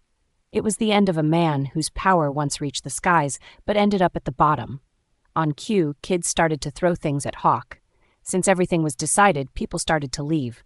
Others remained to watch the gory scene of a beheading, but I could not. Even thinking of such a gory scene made my stomach lurch. "Are you okay?" Killian asked as we arrived at the palace. "You look unwell." Nausea made my stomach turn, and I held my breath to stop myself from throwing up as we entered our room. "Amethyst," Killian called, but I ended up rushing away to throw up my lunch. Killian. Despite the mountain of work awaiting me, I squeezed out time to see Hawk. For a long time, I pondered how to clip his wings, how to bring him down from his high horse and see him suffer. Having him where I wanted him made my steps light and my body weightless. His gaze burned into me when I stopped in front of his dark cell, and I felt a sort of dark glee warm me from the inside. I wanted him to suffer more than he was suffering for as long as possible. I thought I hated my father.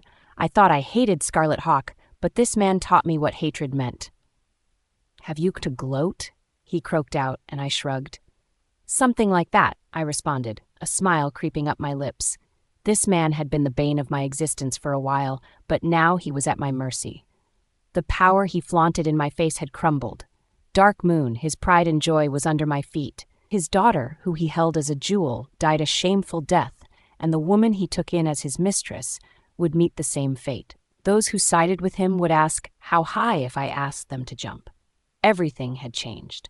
Scars decorated my skin because of this man.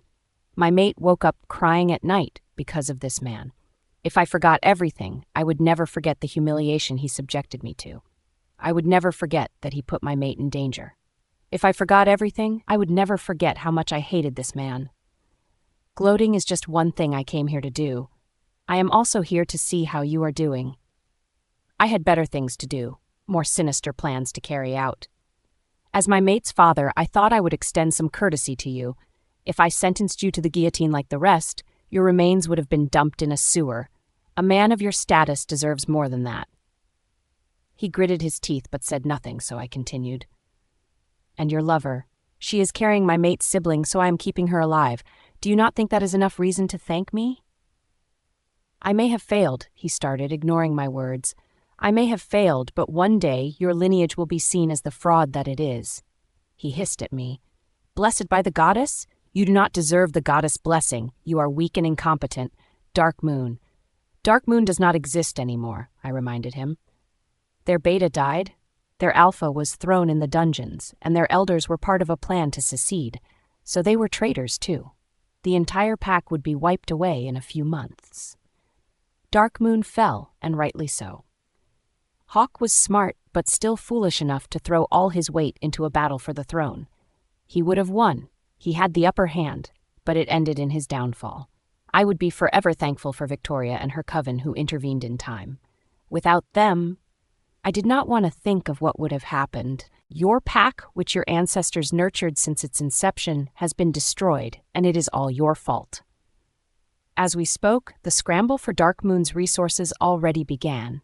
More powerful packs would take over their land, seize their resources, and wipe out the name Dark Moon. If you were not filled with greed, you may have enjoyed being on par with the Alpha King for the rest of your life, but you never learnt to be content, did you? He flinched, his battered face hardening, but he remained silent. "I do not blame you. As my lineage was blessed, I suspect yours to have been cursed with greed." Hawk would not be the first alpha from Dark Moon that dreamt of taking the throne for himself, but he was the most brazen of them in all of history. Dark Moon had a penchant to feel superior, and my father let this one's bravado grow. "Are you done gloating?" he asked, and I laughed. This would be the last time we see face to face, so I thought I would come to say goodbye. "Oh, by the way, what would you like your son to be called?" He gritted his teeth and started to spit out curses. Hawk would cease to breathe in a few weeks, so his words only made me laugh. The drug he created to make rogues would be used against him in slow doses. I wanted him to lose his senses little by little. I made sure he watched as his daughter's head got lobbed off, and I made sure he knew his mistress would have a life after him. Nothing hurt more than an accomplice escaping judgment while you rot. When he went totally feral, hurting himself and trying to eat his flesh alone in his cell, then I would feed him the last of the drugs he had made. every last drop of it.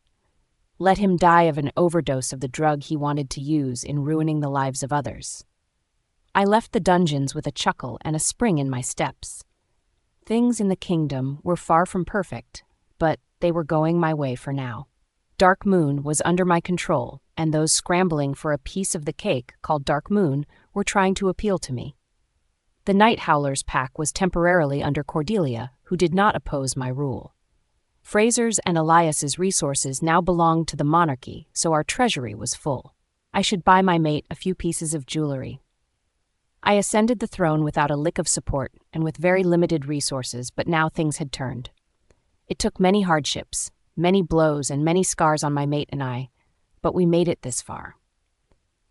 We lost a lot, more than we could ever make up for, but I vowed to keep going. For the lives of warriors who sacrificed themselves for this kingdom, for me, for Victoria, who had given her all for my mate, and for Seth, who lost his life in vain. For the first time, I felt like I owed this kingdom.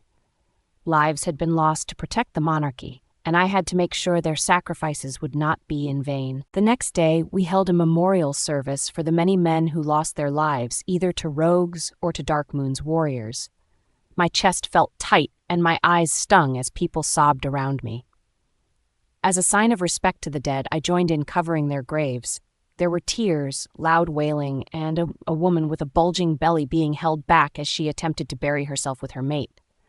Losses had to be compensated. Trusts had to be set up for children who lost their fathers. We needed to recruit more warriors to make up for the dent in our defense. A lot of the warriors needed rehabilitation. Work piled up, but I worked with a light heart for the first time in a long time. The kingdom did not feel like a burden anymore, but a family I had to take care of as the head. My arms, especially the left one, ached when I returned to the palace after hours of covering graves. I was drying my hair after washing away the dirt sticking to my skin when my mate spoke. "You know, Harold says I am pregnant," she mumbled. "What?" I stopped drying my hair as I swerved to stare at my mate. She was twiddling her thumbs.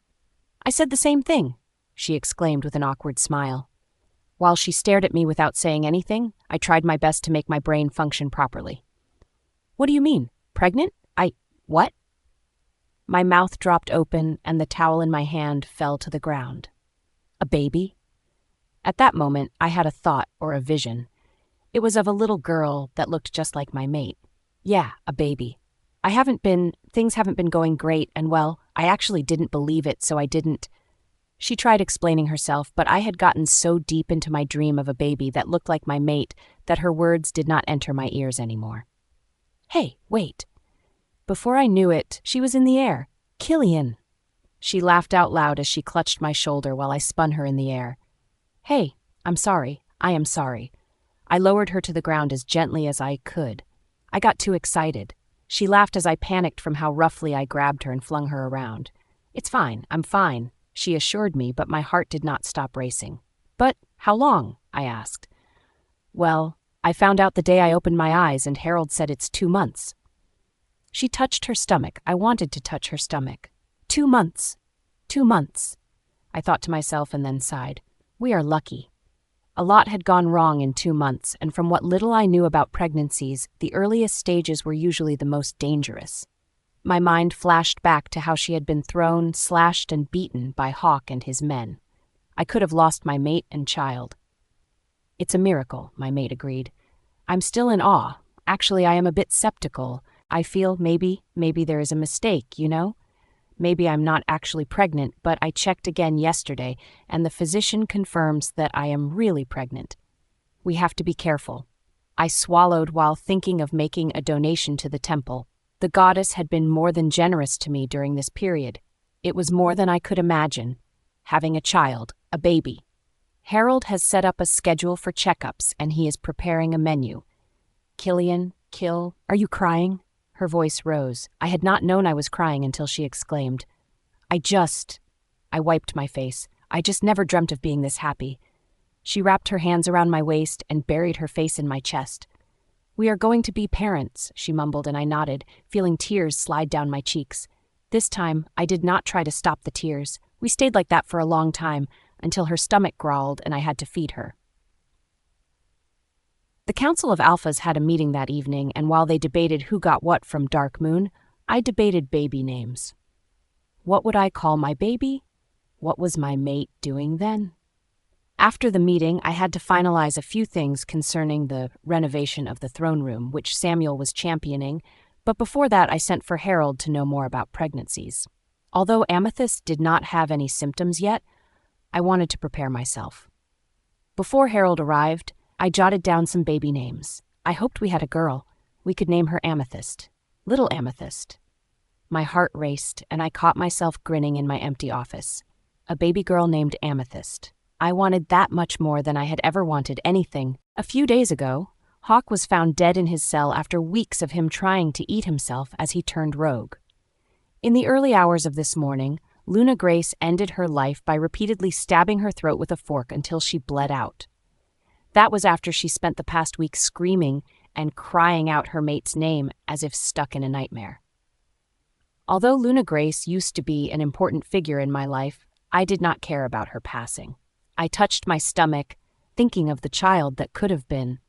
My heart tightened, and I closed my eyes, shaking my head. The death of a pregnant woman felt like a bad omen to me, but I had to remind myself that I had no hand in her death. "What are you doing?" I sighed as my mate interrupted me for the 100th time that day as I tried to work. "What does it look like I am doing, Killian?" I asked with an eye roll. "It looks like you are working," he said, accusation ringing in his tone, and I sighed again. "Yes, I am working. Is there a problem with that?" "There is," he answered with a nod. "There is a problem. Why are you working?" "I am the Luna Queen, or have you forgotten?"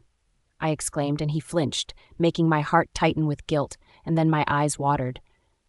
"Why are you doing this to me?" I choked out. "Why are you treating me like an invalid? I just want to work a bit, or have you found yourself another Luna Queen? Are you trying to get rid of me?"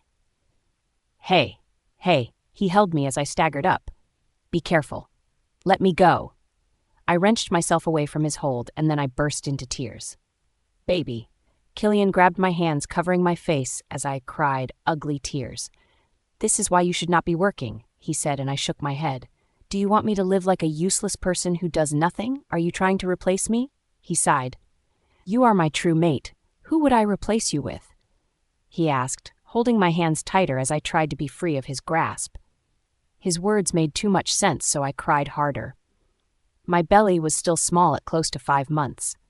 Killian was worried. I was worried, but the physician and midwives scheduled for my delivery assured us that it was normal. Some women had a big tummy while others did not. Pregnancy differed from person to person, they said, but my mate and I were not assured. He was constantly worried, and I was constantly crying. Every night I had weird dreams that had me waking up in a pool of my sweat. I slept early one day, woke up from a nightmare alone in bed, and screamed so loudly that warriors broke into the room hoping to catch an intruder. My mate also came running. I don't think I would ever outlive that humiliation. "Come on, it's time for your nap." Killian steered me to bed while I planted my feet on the ground. "I am not a child," I yelled at him, but used to my sudden mood swings this past week, he barely flinched. "I know you are not a child, but you are carrying my child. Allow me to take care of you, please." He gave me a pleading look that I could not ignore, so I went to bed. I dreamt of a mischievous white wolf in my hour-long nap. Then I woke up and checked the budgets. Even if Killian asked me to do nothing but rest, I could not.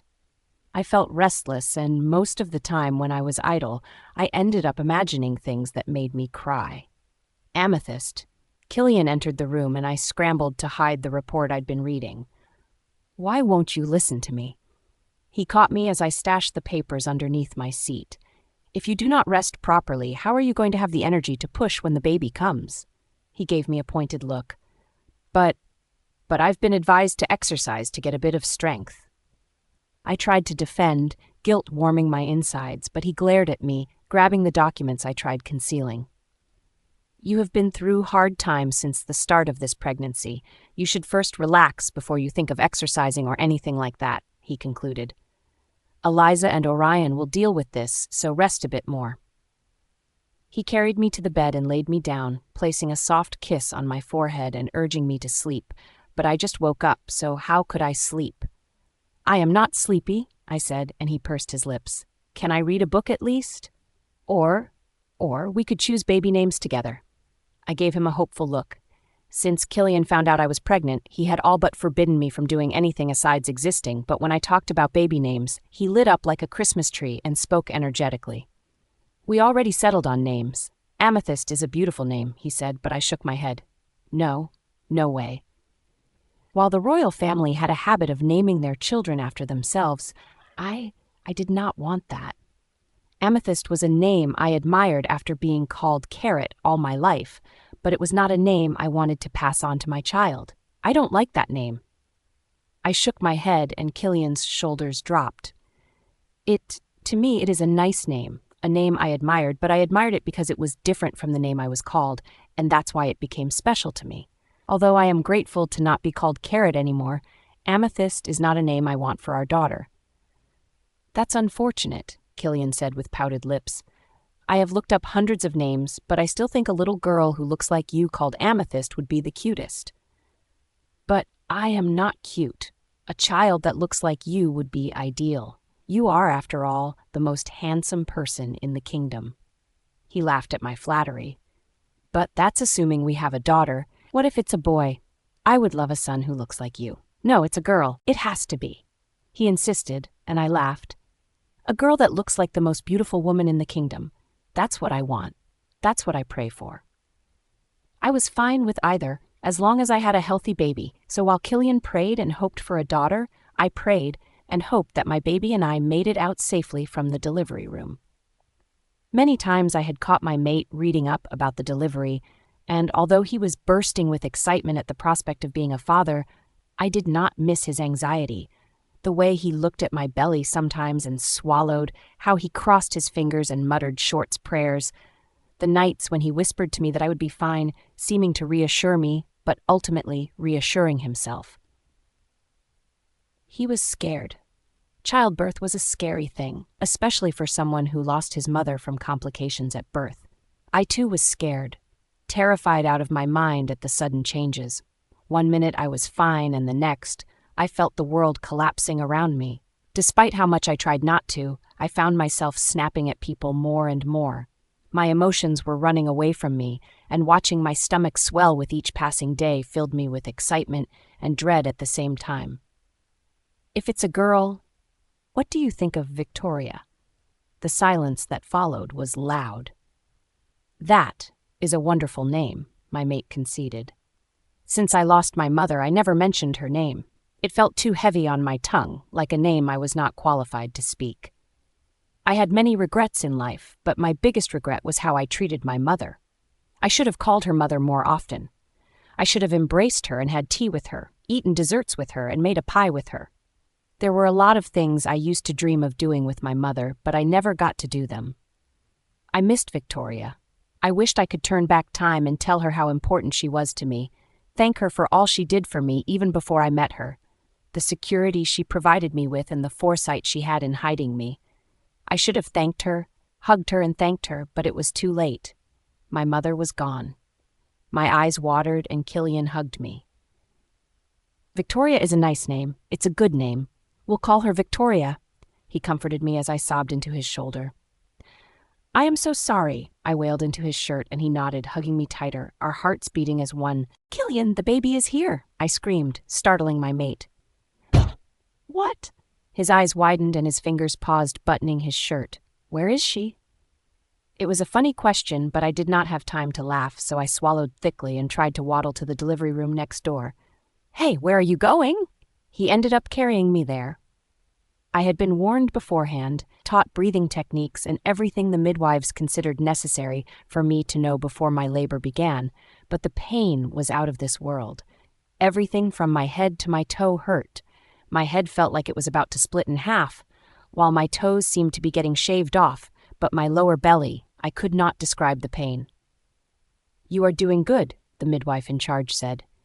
Take a deep breath as we practiced. She was saying, but my ears rang. Take a deep what? It feels like I am being split open, I exclaimed, tears dripping into my ears as I gasped. The excruciating pain continued for hours.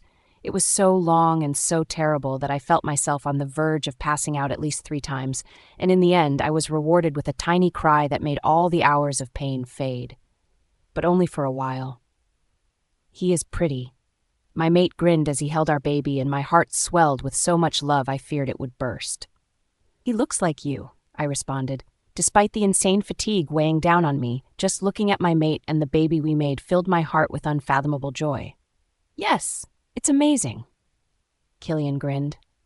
He wanted a daughter that looked like me, but got a son that looked like him.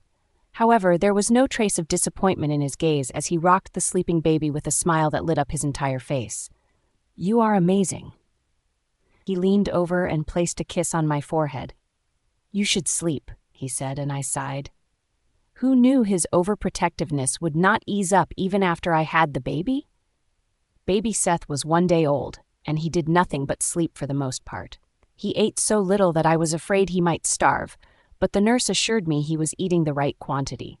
Eating negligible quantities meant he ate often, and although he only woke up once during the night, I still had to feed him at intervals.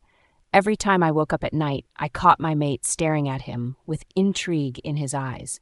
Seth was a calm baby. He barely cried, always slept and ate well. As time went on, we settled into a rhythm. Things were much different from how they were in the past, but I did not want them to be any different. Seth was with Killian more than half of the time.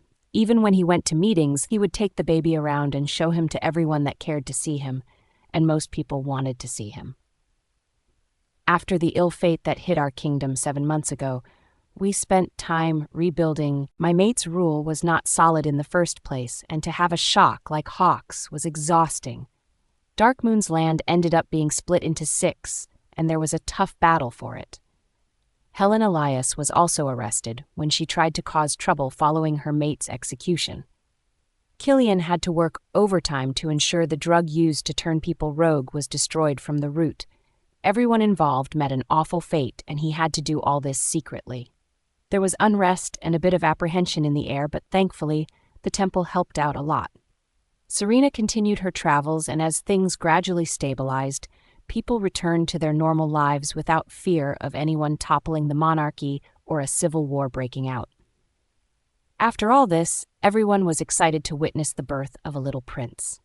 A child signified hope for the future and an heir to succeed. Killian put people's minds to rest about the continuity of the monarchy, so Seth was not just a gift to us, but a gift to the entire kingdom. A gift Killian liked to showcase, and everyone liked to coo at. Luna Cordelia visited when Seth was a few months old, and she cried ugly tears. It got worse when Seth did not allow her to touch him. He was a quiet baby, but he was selective of who held him. If it was not his father or mother, he did not like being held by strangers, but Cordelia took this to heart and apologized profusely. When we named him Seth, it was in remembrance of the only family Killian ever had before I came along, but Cordelia seemed to think it was for her. She begged for my baby's forgiveness to the point where I got uncomfortable and walked away with him. He may be named Seth, but it did not mean he was a reincarnation of her son like she claimed.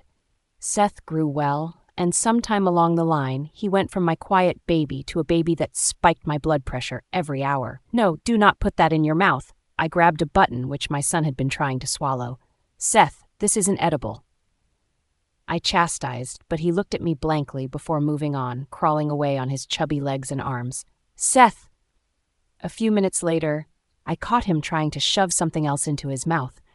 No, don't go there! He crawled underneath the bed, giggling as I exclaimed. When he started to crawl, he tried to go everywhere, but when he started to wobble on his feet, he really did go everywhere. Seth, baby, where are you? I heard loud giggles coming from the wardrobe, and I caught my son spreading ink everywhere. How did he even get his hands on ink?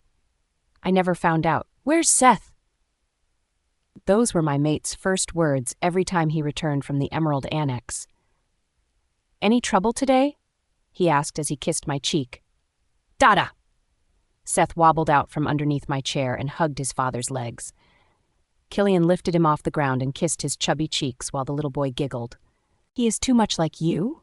I sighed when Seth started to babble to his father. I was a gentle child, so he must take after you. Is that right? Are you just like your dada? Rather than take me seriously, Killian tickled his sides and the little boy squealed loudly, dancing this way and that. "Did you keep Mama busy while Dada worked?" The child continued to squeal. I could not help the smile that graced my face as they both laughed. My family. For the most part of my life, I could only dream of a family, and now my dream had become a reality. I had a mate and a little pup of my own. It was like a dream, the best dream I ever had. Watching my mate and son play filled a part of my heart that I never noticed was empty. I would trade the world for these two people. After living life alone for 2 decades, having these two was the best thing that had ever happened to me. As Seth grew, I marveled at how much he looked like his father. At 4, looking at him felt like looking at the child version of my mate. It didn't help that he started to do everything his father did. He chose to match his clothes with his father, do his hair like his father, and eat whatever his father was having. It would not be an exaggeration to say that Seth worshipped his father. Mama, I want a baby," he said one day while we had breakfast. "I want a baby like Aunt Eliza." "Seth, you can't have a baby," I said just as his father responded. "You want a little sister?" He shook his head vigorously. No, a baby like Aunt Eliza had last week. A baby like that. I want my own." Killian and I shared a look before bursting into laughter. It took him 2 years, but surprisingly, Cedric managed to catch Eliza's eye. I felt a bit of relief and apprehension when Eliza announced Cedric would be joining her pack. The Alpha Pack was the only pack with a wizard and a witch, after Soleil and Samuel joined. Things would truly change if witches began to tie themselves to wolf packs, and it was a change long overdue. I was relieved since Cedric would stop bothering me to help him with Eliza, and apprehensive because of the hybrid hunters. Older covens still insisted on witches maintaining their distance from wolves. Although more witches came out of hiding, hybrids were still a sensitive issue, and I had to live my life being cautious of going outside because of said hunters. "Mama, when will I get a baby?" Seth asked me the next day. "Mama, baby," and the next, "Mama, I made this for baby." Seth insisted on having a baby, so we gave him one. "Seth, Mama and Dada have something for you," Killian and I said to Seth one day. "Is it a baby?" he asked with wide eyes. "Yeah," I smiled at the little boy, and his eyes lit up. "Really? There's a baby? Where my baby?" He looked around, jumped up, and circled us as if we were hiding a baby behind us. "Where?" "In here." I pointed at my belly, and he frowned. "In the tummy?" I nodded, and his eyes watered almost instantly. How easily tears gathered in children's eyes always filled me with wonder. "Mama, lying is bad," I winced as he exclaimed, stamping his feet. "No, Mama is telling the truth. There's a baby in there." I was just a little over 3 months, but unlike my pregnancy with Seth, where my stomach remained small, my tummy was already pronounced. "How did the baby get in there?" He poked my belly. No way! Did you eat my baby?" No matter how much I tried explaining to Seth, he insisted I ate his baby, and from then on, he told everyone, "Mama ate my baby, that's why her belly is so big." And when Victoria was born, he called her Poop for a while because I pooped her out. "She's ugly." He pinched her cheeks, and on cue, Victoria started to scream. Unlike Seth, Victoria cried a lot. Kept her father and I sleep-deprived for many nights, and because her father and brother spoiled her, she had a meltdown over every little thing.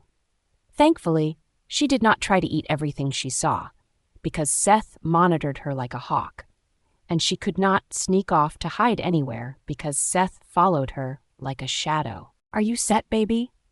Killian asked me as we readied to leave for a short family vacation. No matter how much work we had or what was going on in the kingdom, Killian and I made sure to spend time away from the palace to create fun memories for the kids. Family time was something both of us never had since we had no families, so we wanted to give our kids the experiences we never had.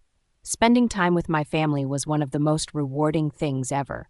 Seeing my kids laugh as they ran around, hearing their giggles, and watching their eyes light up when it was time for a vacation made me feel a deep sense of achievement. "I am," Victoria answered for me while holding my hand. Victoria did not know her name was Victoria. Everyone called her Baby, so every time she heard baby, she turned, but before her I was Baby. When we got to the villa we used for our vacation, it was just as usual.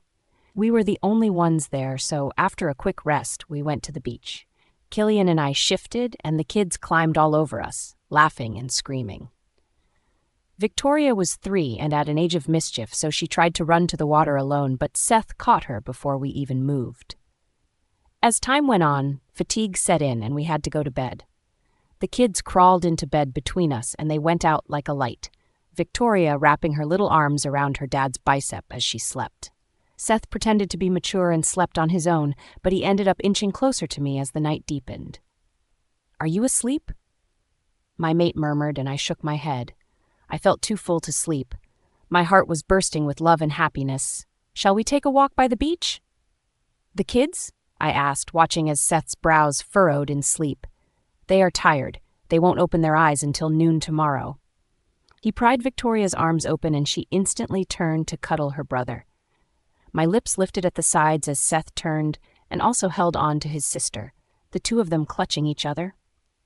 "Come on." Killian offered me his hand and I took it without hesitation. The moon was bright in the sky and our wolves were content.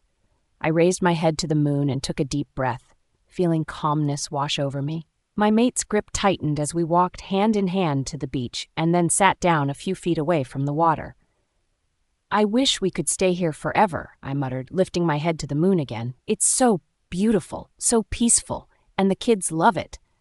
When he said nothing, I turned to him and caught him staring at me with hooded eyes. "What?" I asked, tucking a strand of hair behind my ear. "Have I ever told you that you are like my fountain of good fortune?" he asked.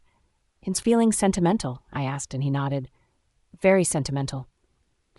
I looked at Seth and Victoria today, and I could not believe it. As I have told you, most things in my life always go wrong. A family is something I dreamt of, but always thought I would never have. I never imagined my life would ever be this good. "Me too," I admitted. I had dreams, but even my dreams were not as good as my current reality. He put his hand around my shoulder and pulled me close. As I wrapped a hand around his waist, I listened to his heart as it echoed the rhythm of my heart. "Every day I am scared. I wonder if things are too good to be true. I would give anything to preserve the happiness we have now. What we have, it's the most beautiful things, so beautiful I fear it may turn out to be an illusion," he mumbled. "It's not," I refuted. "It's not an illusion." I rested my head on his shoulder. "Who would have thought we would go from where we were to where we are? I remember you said not to fall in love with you." We both chuckled. "How stupid I was," he shook his head. "A lot had changed in the 9 years since we first got together." "How stupid we were," I confirmed, and we laughed again. The evening breeze blew into my face and I inhaled slowly, closing my eyes for a second to savor the joy of the moment. "I know I have said it before, but thank you. Thank you for giving me a family." He kissed my knuckles. "I cannot remember how I lived without you by my side. It must have been hell." "Must have been awful," I joked. "It was worse than awful. Navigating life alone was the worst. Having you beside me changed everything, and I am grateful and glad for everything you have given me." "I'm grateful too," I muttered. "You have given me all I ever wanted and then some more." Who would have thought the unnamed girl from Red Lake would be here today, sitting beside a man like Killian? "You are the best thing to ever happen to me," he said, and it was the same for me.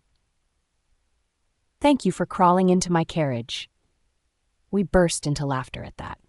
Casting my mind back, I thought back to how far we had come. The life I had now was unimaginable to the carrot that lived as Red Lake's maid. There were times when I was frustrated, times when I cried, times when I questioned my relationship with him, but those times were incomparable to the times he made me laugh, stood by me, and made sure to support me. He'd become a rock I never knew I needed. Used to living life alone, fighting my battles alone, Killian came and took all that from me. He said I would never need to dirty my hands, and he kept true to his words. This man would do anything for me. "I love you," I muttered to him. "To my everything. Forever. Even in my next life, I will love you." He massaged my neck, and I lifted my head.